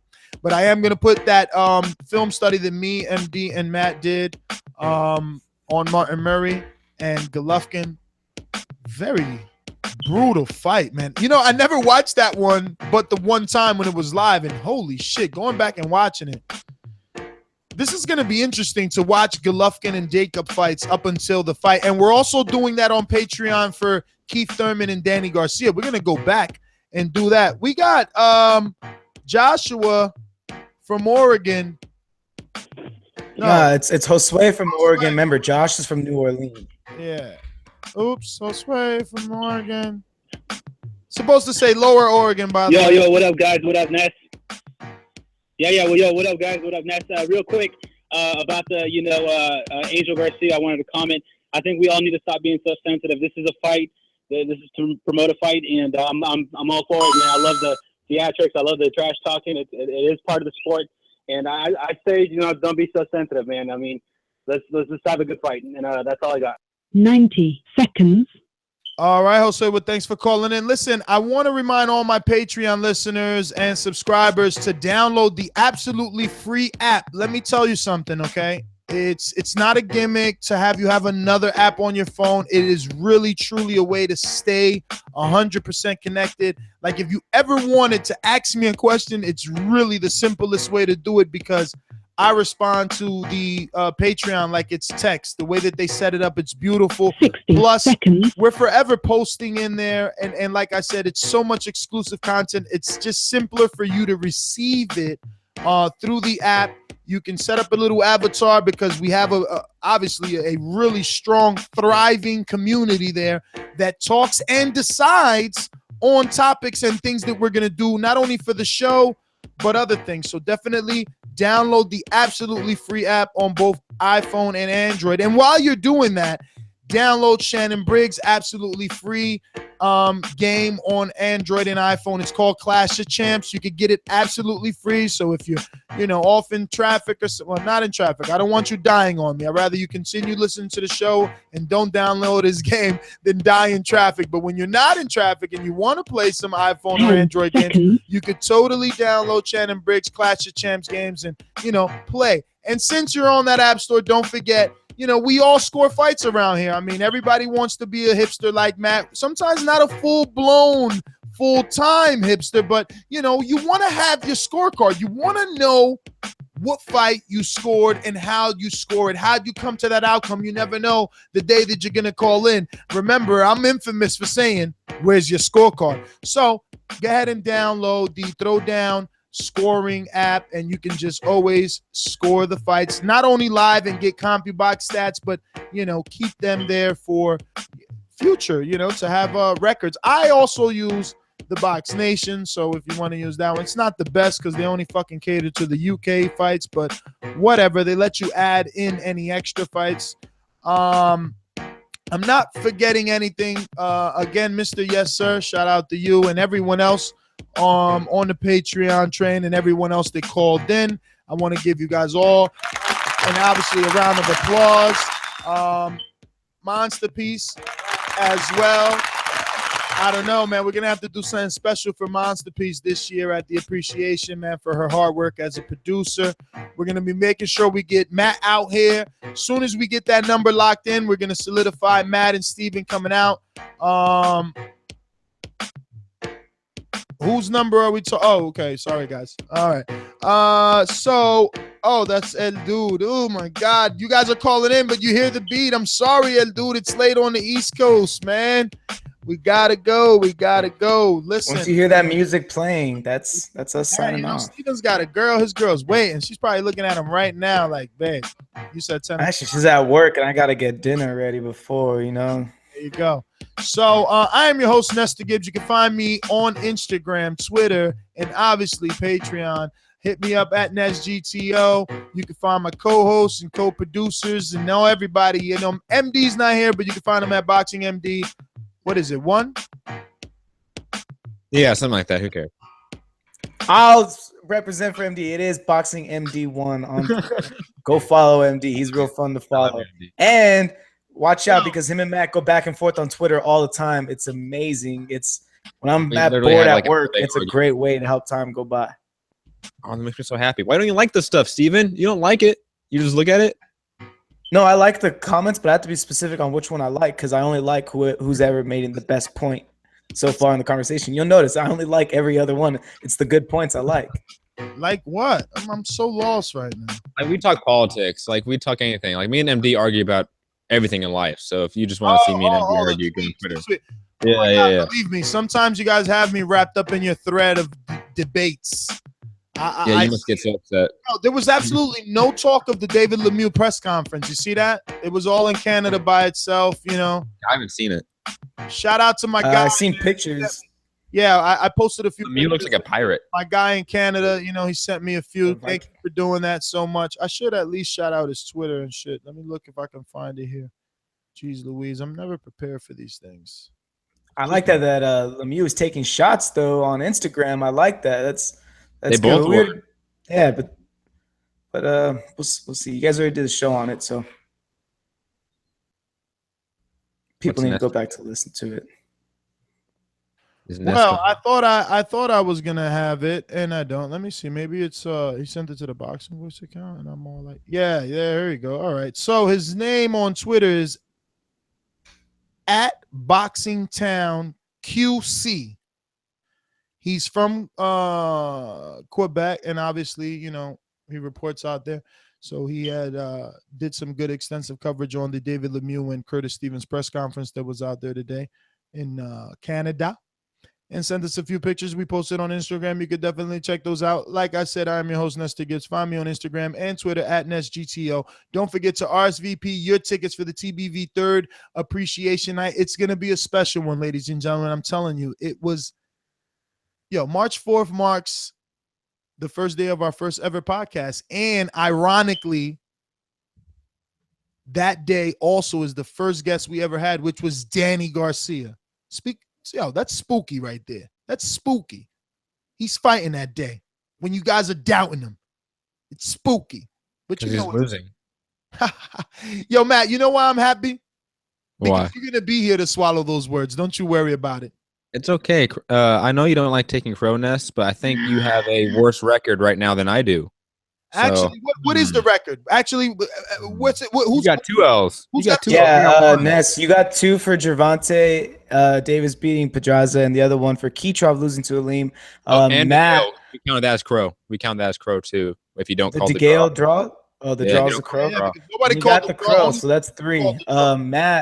Matt, the one pick that he made better than you was the Gervonta Davis pick, which gives him a 1-point lead over you. Truth. The next star. So I got no picks right last week? No, you got the picks right, but you only got 2 points. You got 2 points. You got 1 point for picking Dirrell and 1 other point for picking Laura. Yeah, you picked these fights. I got those. Okay, so wait. So I got 2 You have points. 2. You got 3? I got And 3. He's got 3. And this guy's flexing muscles over there. He's bugging. We had 1 card this year. No, and we got this card tonight. I'm picking Adam Lopez tomorrow. Who you got? Danny Roman? No, I'm going to take Adam Lopez, but I mean, come on. Adam Lopez. We just had him on the show. Do you want me to pick against him? Who else is on the card, though? I'll check. I'll see something on there. There's a show on flowboxing.tv, so you need like an account for that, but they usually have fights. I think like Robert Brandt. Yo, that Flowboxing TV. Flowboxing TV. I think they're gonna air the Robert Brandt fight. He's trained by Derek James, who's the trainer of Errol Spence. So you know he spars with Spence. You want to see some and he's 160 pounder, man. They talking Golovkin already early. Listen, we've been there. This is overtime already. You want more of this? You know where to find it. Patreon. We're out.